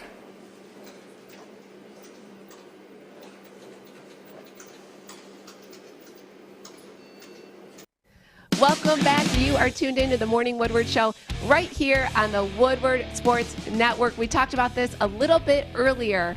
Justin Herbert is on fire right now, playing at his best, one of the greatest to start off the season. Of course, Patrick Mahomes has been good for years. He's actually one of my favorites. But who would you rather start your franchise with? Is it Justin? Is it Patrick? Who do you think, Jeff? Well, listen, it's the obvious. In my opinion, right now, it's the obvious choice. It's the guy that you could argue has had one of the best careers. He's only 26 years old and this far. He's won an MVP award, Super Bowl. He's been to the last 2. He's thrown for 50 touchdowns, over 50 touchdowns his debut season. The guy's put in tremendous work. If you look at his body of work, what he's been able to do, statistically, is one thing. But, the guy, we could talk about the Kansas City Chiefs. And this year, they're playing bad defensively. Patrick Mahomes still leads the NFL in touchdowns. I mean, it's not Patrick. He turns the ball over. He has 6 turnovers. It's something that's very unheard of Patrick Mahomes, which is weird because quarterbacks turn the ball over. Patrick Mahomes has 16 touchdowns, 6 interceptions, and we're panicking like it's the end of the world. The guy's special. Just last year, even on years that are down years, like he had one year, 38-6.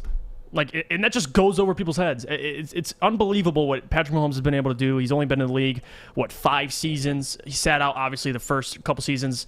Had to kind of, and you could give credit to Justin Herbert. He started year one. His body of work, he put in the work day one. He threw for 30 touchdowns. He's had 2 different offensive coordinators. It's impressive. But the body of work Patrick Mahomes has put in thus far, there's no denying it. I think, listen, he threw for over 5,050 touchdowns. He's the second player to ever do it, winning MVP this same season. So, I mean, it's tough. I mean, I would respect both arguments because you could argue that Justin Herbert, physically, whatever. I'll wait for Adam to say those arguments. But I'm taking Patrick Mahomes, and that's what I firmly believe as of right now. All right. So this is very difficult, right? One's a proven winner. One has already been to 2 Super Bowls. He's proven that when you put the pieces around him, he can take you to the promised land. All right? And unfortunately, for Justin Herbert, he's in his 2nd season. So you don't have much of a sample size. Patrick Mahomes was his 5th year in the league. So he sat out his first year, MVP 2nd year, then back-to-back Super Bowls, and here we are now. But, again, you look at the age difference. Justin Herbert, 21 years old, 22. That means I'm getting an additional 4 years if everything plays out correctly. Justin Herbert right now looks more durable. He hasn't had any significant injury like a Patrick Mahomes has. Remember the dislocated kneecap? He did, yeah. So there's that aspect of it. Is he as mobile? I think they're very similar. Do I think they both have sensational arms? Absolutely. But I think the tricky part here is one is already proven, but he's had 5 years to do it.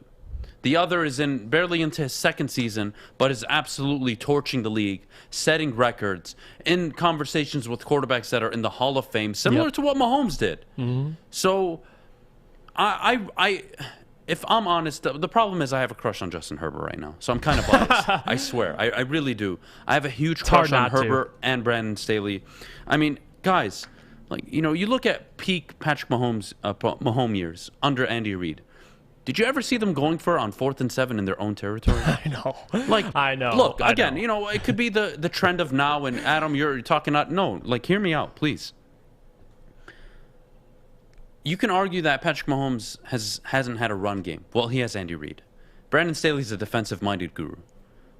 Let's keep that in mind. He's the one who had the Rams defense #1 in the league last year. Justin Herbert is showing out, man. And it's with Keenan Allen and Mike Williams. You guys are going to tell me Mike Williams is Tyreek Hill? Oh, he's turned, you're going to tell me he's Travis Kelce? You're going to tell me that Keenan Allen is either of the two? No. I mean, they're very good, but they're not what Patrick Mahomes has available to him. And let's not forget, you have Edwards-Helaire. The offensive line, I think, for Kansas City will get better. I think they're going to be a 12, 13-win football team possibly this year. But I think if I'm starting today, I get a 4-year head start with Justin Herbert. He's 4 years younger. I don't have to pay him right now. He's on the 2nd year of his rookie deal. I don't have to pay him early yet.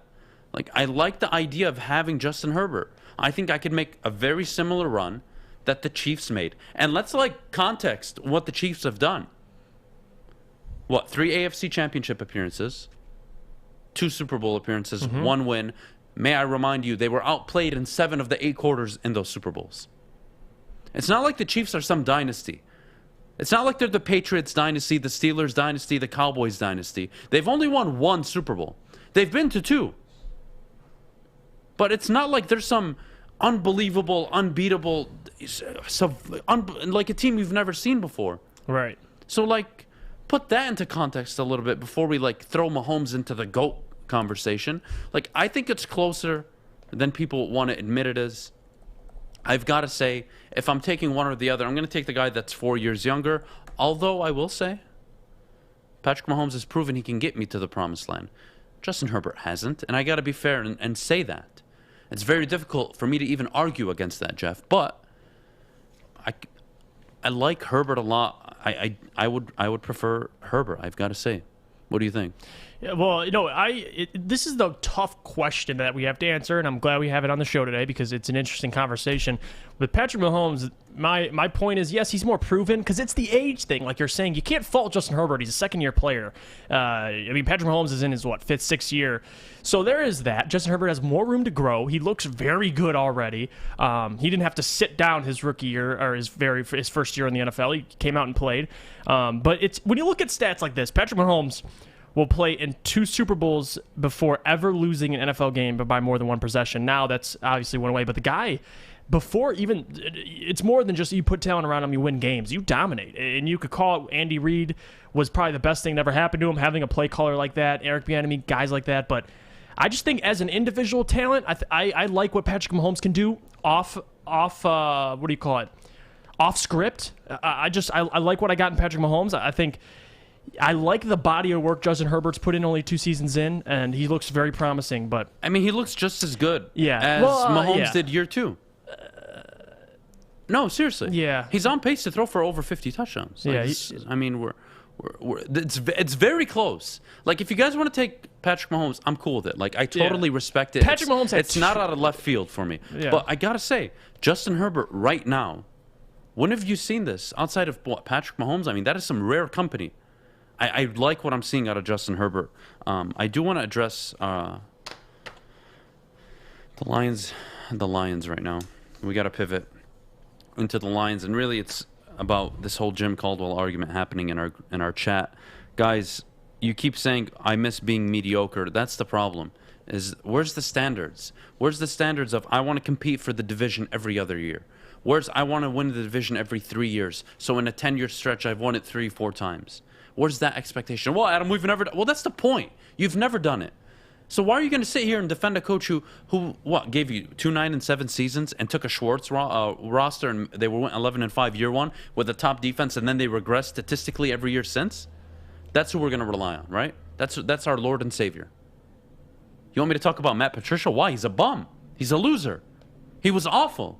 So was Marinelli. I'm going to compare them to Caldwell. That would be discrediting Caldwell. I'm not going to do that. Caldwell was good. He was average at best. He wasn't a very good coach. He wasn't damn near anywhere great. And that's why you never got over the top. That's why you started 3-4, 5-0, 5-2, 6-2, and you couldn't win a division. And you could only sneak in through the wild card. And you could lose 9 of your last 11 games with him as your head coach and finish the season 7-9. That was your head coach. So before you defend him and freak out, the reality is that you underachieved, but you also were mediocre under Jim Caldwell. That's the reality. They never took that next step. You gave him 4 years. They never took the next step, which was winning a division or winning a playoff game. He did neither. How are you going to sit here and defend that? If he would have stayed an additional year, let's be honest, the roster was declining. He probably would have finished 7-9 and then would have gotten fired. And since he's so good, why hasn't he gotten a job in the NFL yet? It was only 2 years after he was relieved that the health condition became public. So what am I missing? If he's such a great head coach, all this organization knows is mediocrity. Below mediocrity, actually. And you're willing to sit there and defend a coach that, yes, had a winning record, but accomplished nothing in 4 years. That is your problem, Detroit, is that you're willing to defend a guy that won you nothing in 4 years because everything else is just so bad. If I compare Jared Goff to Joey Harrington, you're going to take Jared Goff 10 times out of 10. So how is it fair to compare Jim Caldwell to Matt Patricia or Rod Marinelli? What are we doing? Jim Caldwell is a much better coach than them, clearly. That's not even a conversation. Jesus. I don't like it, Jeff. What do you think? What are your takes on Jim Caldwell? It's that exactly. I mean, we argued at this desk about Jim Caldwell. It's not necessarily I disagree with the firing of Jim Caldwell. I just think it was a little too, like you said, who you got after is who I have a problem with. And it might go to what your point about the Lions being used to mediocrity. I don't know, but Jim Caldwell, 2 playoff appearances. He didn't win any of them, but you can definitely say he's the best coach since Wayne Fontes, and that's not saying much. It really isn't. But it's something. Hey, you were good in a 4-year stretch, but you weren't good enough to take this team to the next level. That's why you got canned, buddy. Yep. You got canned because you won 8 of the 9 games of your last season in fourth quarter comebacks, and the team looked flat every single game for 3 quarters. That's why you lost your job. Time management. I mean, there's a lot of stuff. Do I have to talk about not going for it on 4th and inches? Yep. In Dallas territory in the playoffs? You proceed to punt, they go down and score, and you lose the game? Mm-hmm. Please, stop defending Jim Caldwell. He is a good coach, but was never great. And the Lions have never had a great head coach in their history. So stop with this, and stop accepting mediocrity as a Detroit Lions fan. Hold the team accountable, hold the players accountable, hold the head coach accountable. I'm sick and tired of people praising the Jim Caldwell era as if it was some magical run where you went to multiple NFC championships. Like, get over yourselves. You never won a playoff game, you never won the division, and Aaron Rodgers was hurt during that stretch, and you still couldn't win the division. I'm not going to defend it. Sorry, not going to happen. Not going to happen Yeah, I'm not at all. gonna. I mean, nothing for me to defend. I mean, If you want to argue with me that he was fired prematurely, I'm okay with that. that's the only argument I I'm am willing willing to to have. sit up here and say, okay, fine. But you know what? Bob Quinn was in charge. And you know why he's not in charge anymore? Because he made that decision. He put all his eggs in the Matt Patricia basket. And because it didn't work out, they're both gone. Yep. And if he would have hired Matt Patricia and it would have worked, you wouldn't be sitting up here defending Jim Caldwell. But because the Lions are only good at making inept decisions, that somehow bolsters and upgrades Jim Caldwell's status, give me a break. Get over yourselves. We need to go to break. All right. Well, the Michigan State Spartans are not a mediocre team. We're going to get into if Kenneth Walker is a legit Heisman candidate. Obviously, K9 for Heisman is trending on Twitter. We're going to come into that after the break. But first, Jeff, where can my son get his haircut at? Well, listen, Lady Jane's, I just got my haircut a week ago. Lady Jane's, you come in here, you sit down. They're open 10 to 8, 7 days a week. You can sit in one of these comfy chairs they got, watch SportsCenter, watch all your favorite sports teams, talk to the lovely ladies while they fix your dome for you. And I know a lot of you guys watching this need a haircut. I can't see you, but I'm just assuming. I definitely can assume that. We like things uncomplicated, like Lady Jane's haircuts for men. You walk in, sit down, sign in, and before you know it, you're very handsome and looking clean. All right, get to Lady Jane's, open 10 to 8, 7 days a week. Walk in anytime because it's wicked awesome. Hi, I'm David Hall from Hall Financial. With historically low interest rates and 5-star service, you could pay your mortgage off faster without increasing your monthly payment. Get started now at 248-308-5000 or chat with us online. Call hallfirst.com. Make sure you download the Woodward Sports app in the App Store and the Google Play Store today. Take Woodward Sports with you wherever you go and listen live on your phone or mobile device.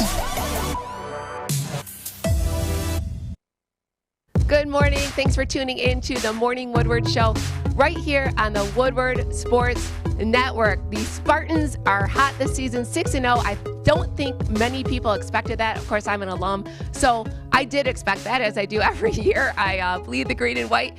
But trending now, and people are talking about it, Kenneth Walker, number 9. K9 for Heisman is all over Twitter. There was an amazing video done, I believe by our friend Justin Sparrow, where he's on the Times Square video board. It's amazing. What do you guys think? Is this legit? Could he win the Heisman? I think it's legit. I mean, again, a 6-0 team. He's the best, arguably the best running back in college football. Yep. We've seen people like Derrick Henry, Trent Richardson win the Heisman Award.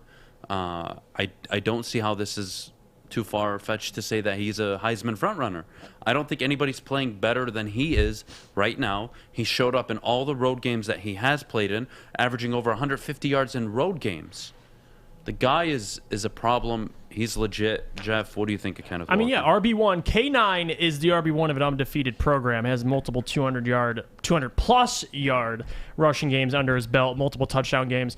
Of course, he should be in that conversation. I think a conversation we should have, Adam, is do you see him being in that top 2-3 conversation at the end of the year or possibly even winning the award? Because since 2000, only 4 non-quarterbacks have won the Heisman. All 3 were running backs. One was Devontae Smith, obviously. But Derrick Henry in 2015 was the last running back to win it, and we know the season he had. He absolutely exploded for, I think, over almost 2,000 yards, or if not 2,000. So there is a certain pedigree of these running backs that win Heisman trophies. But right now, Kenneth Walker, he's in the conversation. He's playing extremely well. They're undefeated. He is the best running back in the country, I believe. He's leading all running backs in rushing yards. He's been absolutely ridiculous. Say what you want about Peyton Thorne. Big reason why his job becomes a lot easier. Absolutely. Because of K9. That's a great point. And listen, Kenneth Walker, again, transfer from Wake Forest. Unbelievable the job he's done. Yep. Mel Tucker, I mean, I could probably sit up here and do a 5-minute praise segment for every single individual at Michigan State. They're doing such a great job with the program right now. But I got to say, there's no chance that this guy, even if they lose 2-3 games, isn't in the conversation or at least sitting there waiting to be announced. With the Matt Corrals, the Bryce Youngs. He's going to be part of the conversation, even if the season falls off, because you know what? He's an impact player. He's going to put up the numbers. He's going to go for over 2,000 yards. Now, if Michigan State somehow finishes second in the Big Ten, in their division, then you have something going on there. There's construction work going on outside. Sorry, guys, that threw us off completely. But where were we? Kenneth Walker. Yep. The guy's going to be in the conversation. There's no doubt about it. At the end of the year, you're going to look at his numbers toe-to-toe with everyone else, and you're going to be like, wow, that is impressive. He is a significant part of that offense. Without him, Peyton Thorne has got to drop back 35, 40, 45 times and chuck it up, and it's not going to end pretty for him or any quarterback really in college football right now. So Michigan State really have something going. I really like it. And again, Kenneth Walker definitely is a Heisman frontrunner, in my opinion, Jeff. And, the Matt Corrals, listen, Alabama just lost. Bryce Young, they got their first loss on the record. I think if they win out, he's still in that conversation. Matt Corral's been playing amazing football. There's guys who I believe, in my prediction, still stands. I believe it's probably going to go to a quarterback, but if I had to pick any non-quarterback, it's Kenneth Walker, just because of the body work he's put in. He's been so impressive. Even his debut game, when the Michigan State Spartans first played, over 200-something yards, you didn't know if it was just an event to happen one time or it was going to keep happening. The guy's been putting up, like you said, over 150 yards away. It's impressive. I mean, college football, he goes into enemy territory and he puts up 150 yards. He's the best running back in college football. You could say Bijan Robinson from Texas is better. It's your opinion, but you can't argue. Bijan Robinson's playing very well this year, but Kenneth Walker is putting on a Heisman case, and he adds to it every single week. And I cannot wait till they play Michigan at Spartan Stadium. He's going to have something to say, and that could be a big statement game, man. He goes over 200 yards on Michigan, top, eight team in the country. We'll see where he stands then, but he is in the conversation. We both mutually agree. Do you see him being above a Matt Corral, Bryce Young at the end of the year? Absolutely. Well, Matt Corral, I think, will fall off. Okay. They could just genuinely fall off. They're playing in the SEC. He's going to lose a few more games. I think that's out of the conversation. Bryce Young, they just lost to Texas A&M, even though he balled out. I think he'll be up there. You look at Bijan Robinson out in Texas. I mean, that dude is a problem. He could be a Heisman hopeful if they somehow manage 9-10 wins. Yep. So I think it's an open race. I think Kenneth Walker should be the front runner. Blake Corum, unfortunately, doesn't put up the numbers, but he's explosive enough to be a Heisman candidate. Yeah. But again, it's a committee backfield at Michigan, so I don't think he's in that conversation. I don't know. You can even look at Michigan State. You look at Jaden Reed. That's a Heisman contender as well. They have Naylor, multiples. Naylor. And Naylor had the last 3 game was a big deal, but Reed, Reed has been doing it all year. I mean, Michigan State, I could argue, have 2 Heisman frontrunners easily. It's unbelievable. The guy does it on special teams. One of the best wide receivers in the nation. Well, Peyton Thorne needs some more respect, I feel like. He's been playing amazing football. He's not in the Heisman conversation, but I have him on my draft board as a guy that has great pocket awareness, good IQ, comes from a football family. He understands, respects the game. Yeah, dad's a coach. His footwork is good. Yeah. He understands the basic fundamentals. He's not forcing it. Does he make the natural arm throws that wow you? No. Yeah. But he makes the throws. And he showed it last week. He made a few throws where you were like, oh, those are NFL throws. That's an NFL window. He made that throw. And, that's kind of, the hope is that he develops into somebody that is consistently making that throws. Again, when he's draft eligible, if he's available in the 3rd or 4th round, I think if you're an NFL team, that's somebody you kind of want to take a chance on. I like it. Maybe he just blows up. They go undefeated this year. You don't know what could happen. But, again, I'm a fan of Peyton Thorne. I think he's doing a very good job. And he's still got one more year. He's only a sophomore. So hopefully he'll grow into even a better player. But Kenneth Walker, he's in that conversation. We'll see. Can't wait to watch K9 though. Joanna, I got to ask you now. Michigan State's own. Yes. Talk to me about Kenneth Walker and really overall what not Kenneth Walker only, but what the program has done. Mel Tucker taking over. Yep. 2 years in now, 6-0. Who would have thought? Never in a million years would a Spartan think we were going to be 6-0 at this point. Of course, our biggest games are coming up. We have Michigan on the 30th, and then we're at Ohio State on November 20th, and then home against Penn State on November 27th. If Kenneth Walker plays big in those games, there's no doubt that he should be in that conversation. If we go undefeated, there's no doubt. Is it going to be a tough stretch? Yes, our hardest games are coming up. But I'm liking what I see from him. I think our coach is amazing. After last year, I wasn't so sure what was going to happen this year, but they've come out strong. They're explosive.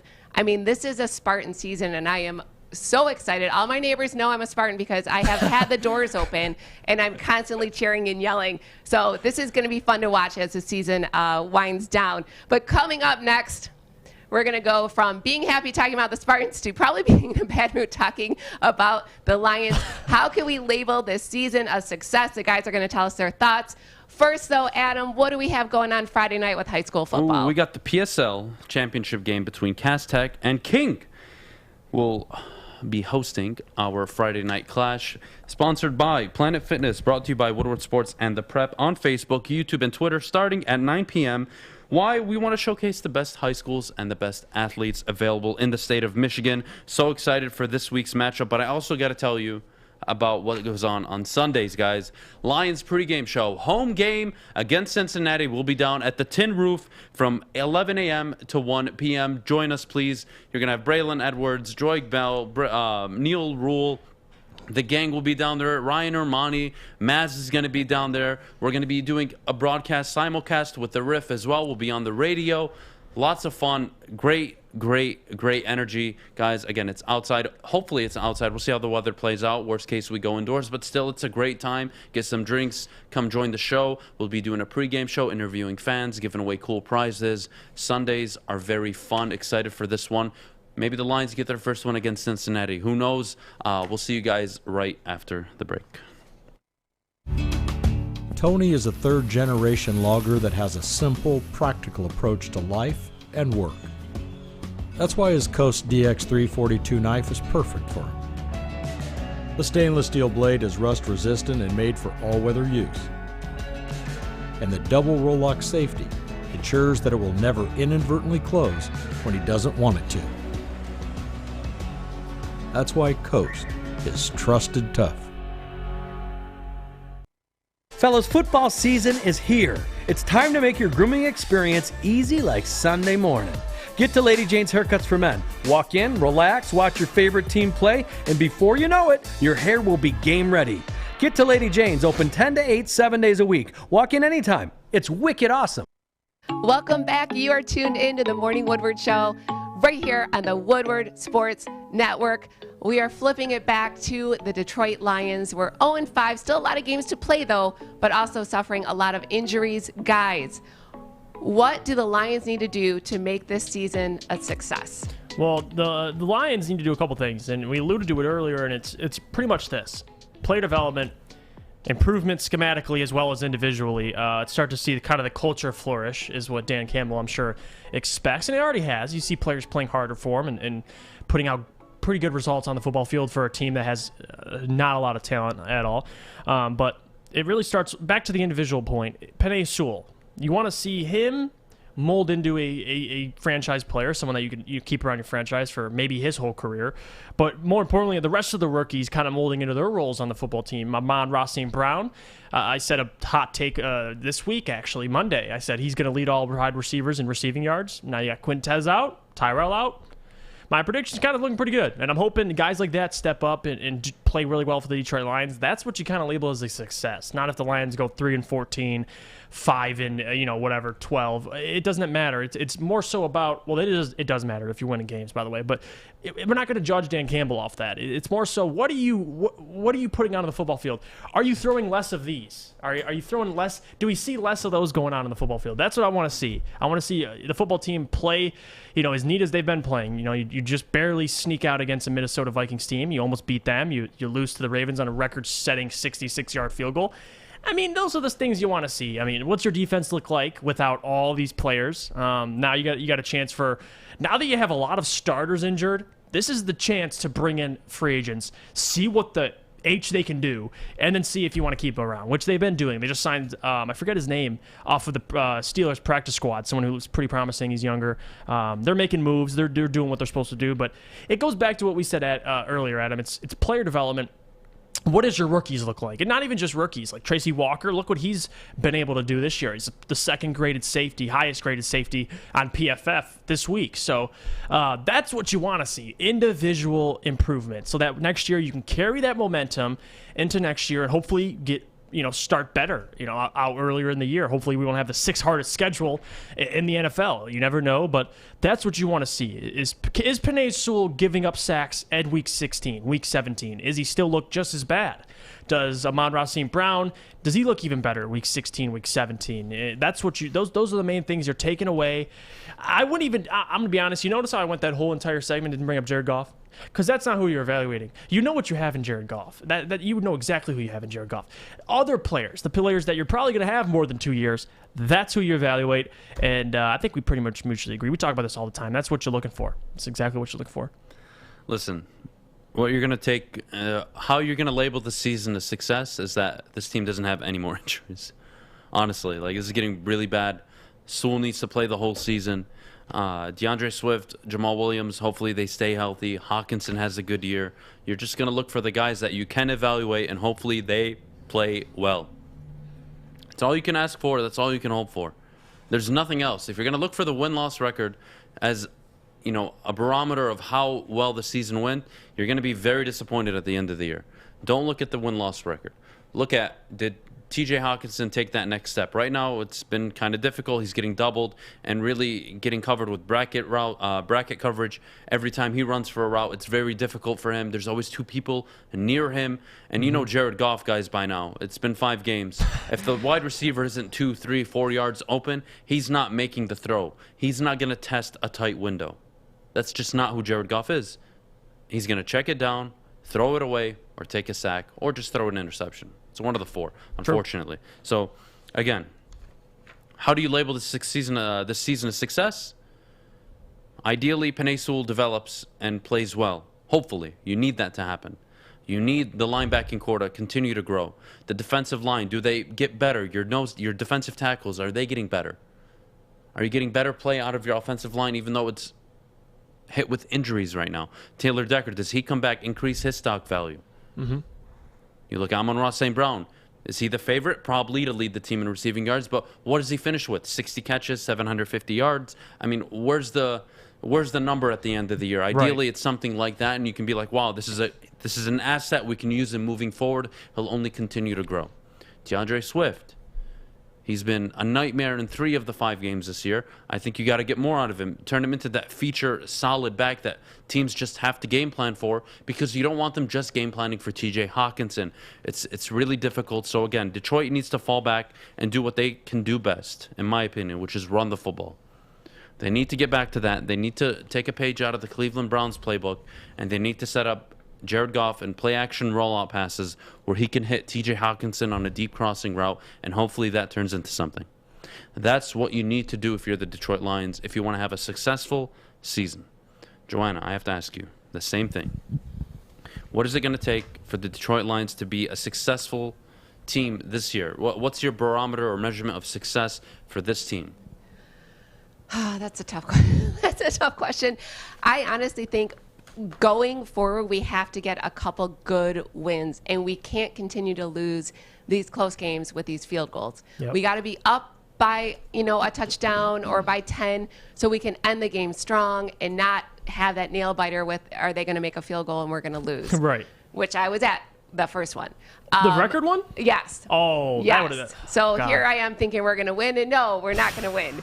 Although we did see a record-breaking field goal. How was the arena when you were there? Was everybody just quiet? I would be crazy. It was crazy. Everyone was cheering, and then that's it. But I think everyone started laughing because it's almost what we expect with the Lions. Yeah. So I think we need some of those strong wins down the road where we're ahead by a bunch, and it doesn't have to come down to that. But honestly, this season, I sometimes don't even turn it on anymore because I'm upset about it. Yeah. And I think this season, like you guys said, is a wash, and we'll have to reevaluate next year. Mm-hmm. Are we cursed? I sometimes that record-breaking field goal felt like it. I know. It felt like it. But we need to turn some things around. So those are my thoughts. No, Lions. you're absolutely right. Especially the point of, the close field goals, 2 games. It's like you don't want to see it, but you're almost sort of like, all right, at least we're being competitive. At the same time, you can't lose every week in a 3-point game. You're hopefully over time we can get a lead earlier and not lead Green Bay at halftime 17-14 and then don't score a single point the second half. So I agree with what you're saying. But Adam, are you ever gonna say the Lions are just a little cursed? You know what I mean? No, they're not. Stop. Not even with that field goal? No, guys. No, I love teasing Adam. I could give ownership of the Detroit Lions to a 4-year-old. Crystal ball. And by the time that 4-year-old is 64 years old, I promise you they would win more than one playoff game. They would figure it out. And I'm giving them basically a 14, 18-year disadvantage where they got to run the team as a child, and I bet they could do a better job.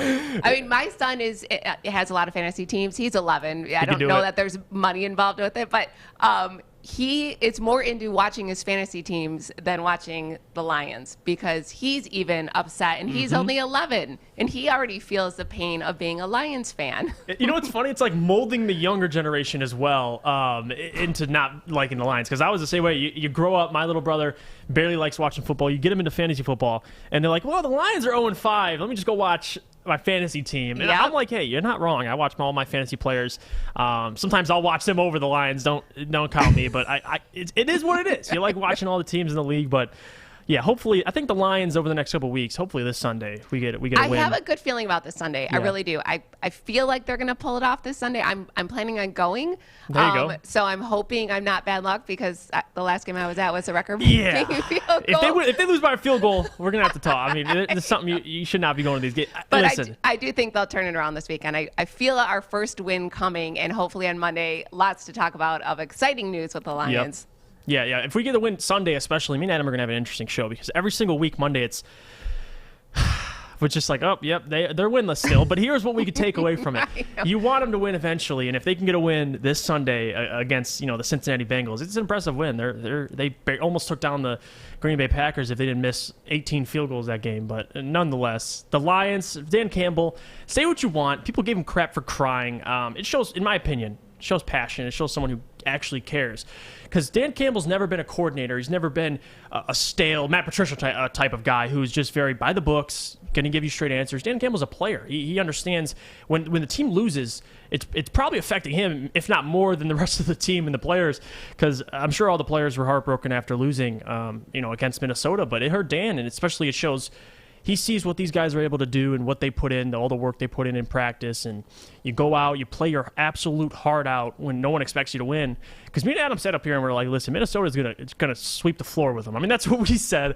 And they came out and proved us wrong and almost came out with a victory. So I got no problem with Dan at doing that stuff. I know a lot of people say, like, I don't want my head coach just showing passion all the time because it's not a good thing when you got a good team and they just have to play with passion. But it's a good trait. As tough as Tom Izzo is, and we see Tom yell all the time, I've also seen him get emotional, and that's because he's so into the game and into his players, and I feel like that's how Dan Campbell is now 100%. As well. And 100%. now if we turn things around and win a couple games, no one's going to be talking about Dan Campbell crying. Right. You know what I mean? They're going to talk about his passion and the wins. So I like that he cried. I thought it showed a lot of emotion and that he's in it for the team. I don't think he's going to do it every week. That's the thing. Like people are like 5 games in or whatever, he's crying. It's not a good sign, but he's not crying every game. Right. He's 0-5. I think it was building up. He's 0-5, hasn't won a game, and then to lose like that and still be winless, like I can kind of see it. But if he's crying every single week, all right, I'll give it to Adam. All right, I'm sorry. He should not be crying every single week. But to your point, I agree 100%. And I think most Lions fans view it the same way. Dan Campbell, there's nothing wrong with being passionate. Matt Patricia, he would say the same things no matter if you won or lost. It does not matter. And you want him. Jim Caldwell would be sitting there sometimes. You wouldn't even know if he's engaged or not. So Dan Campbell, on the other hand, is the opposite of both of those guys. He's always ready to go. After the game, he's very transparent. Our guy Corey asks some questions that I'm like, good question, Corey, because like we talk about it on the show, and he'll go up to Dan and be like, "Why did you put the ball in Jared Goff's hands?" And he'll answer, "You know what? I don't know. Maybe we need to go back and look at that and change some things." So there is a lot of things to take away this season. I can't wait just for next year and the year after. Just this draft, I can't wait. The Detroit Lions, at least, are on track. Got the right pieces in place. We'll see in 3-4 years if we're still just as bad. You may need to fire Dan Campbell, but we're not there yet. Right now, I like what I see out of the guy. Players play hard for him. That's all you want. I mean, like you said, you brought up Tom Izzo. Players, those kinds of coaches, players play hard for. And it is what it is. You could say what you want about their coaching ability, but if you got a good leader like that, I mean, you just got to figure out the rest, and it'll all mold together. So I think we're on the same track there, but it is 9:59. I mean, the show is going to end soon. My guy Adam, he left me alone up here. I'm doing my own Jeffrey. Look at you put the solo cam on. But it was a great show today. I think we covered a lot. Talk about the Lions tomorrow. I mean, we got this Sunday versus the Cincinnati Bengals. I can't wait. We're going to be downtown. I think at Tin Roof. After we're going to be at Brass Rail. If you are going to the game, come check us out. Tin Roof or Brass Rail. Come around. Come check us out. Come hang out. There's going to be tons of people. Ryan Armani, everybody there. So. Until then, this has been the Morning Woodward Show on the Woodward Sports Network. I am your host right now. Adam is MIA. Jeff Iafredi, and we'll see you tomorrow.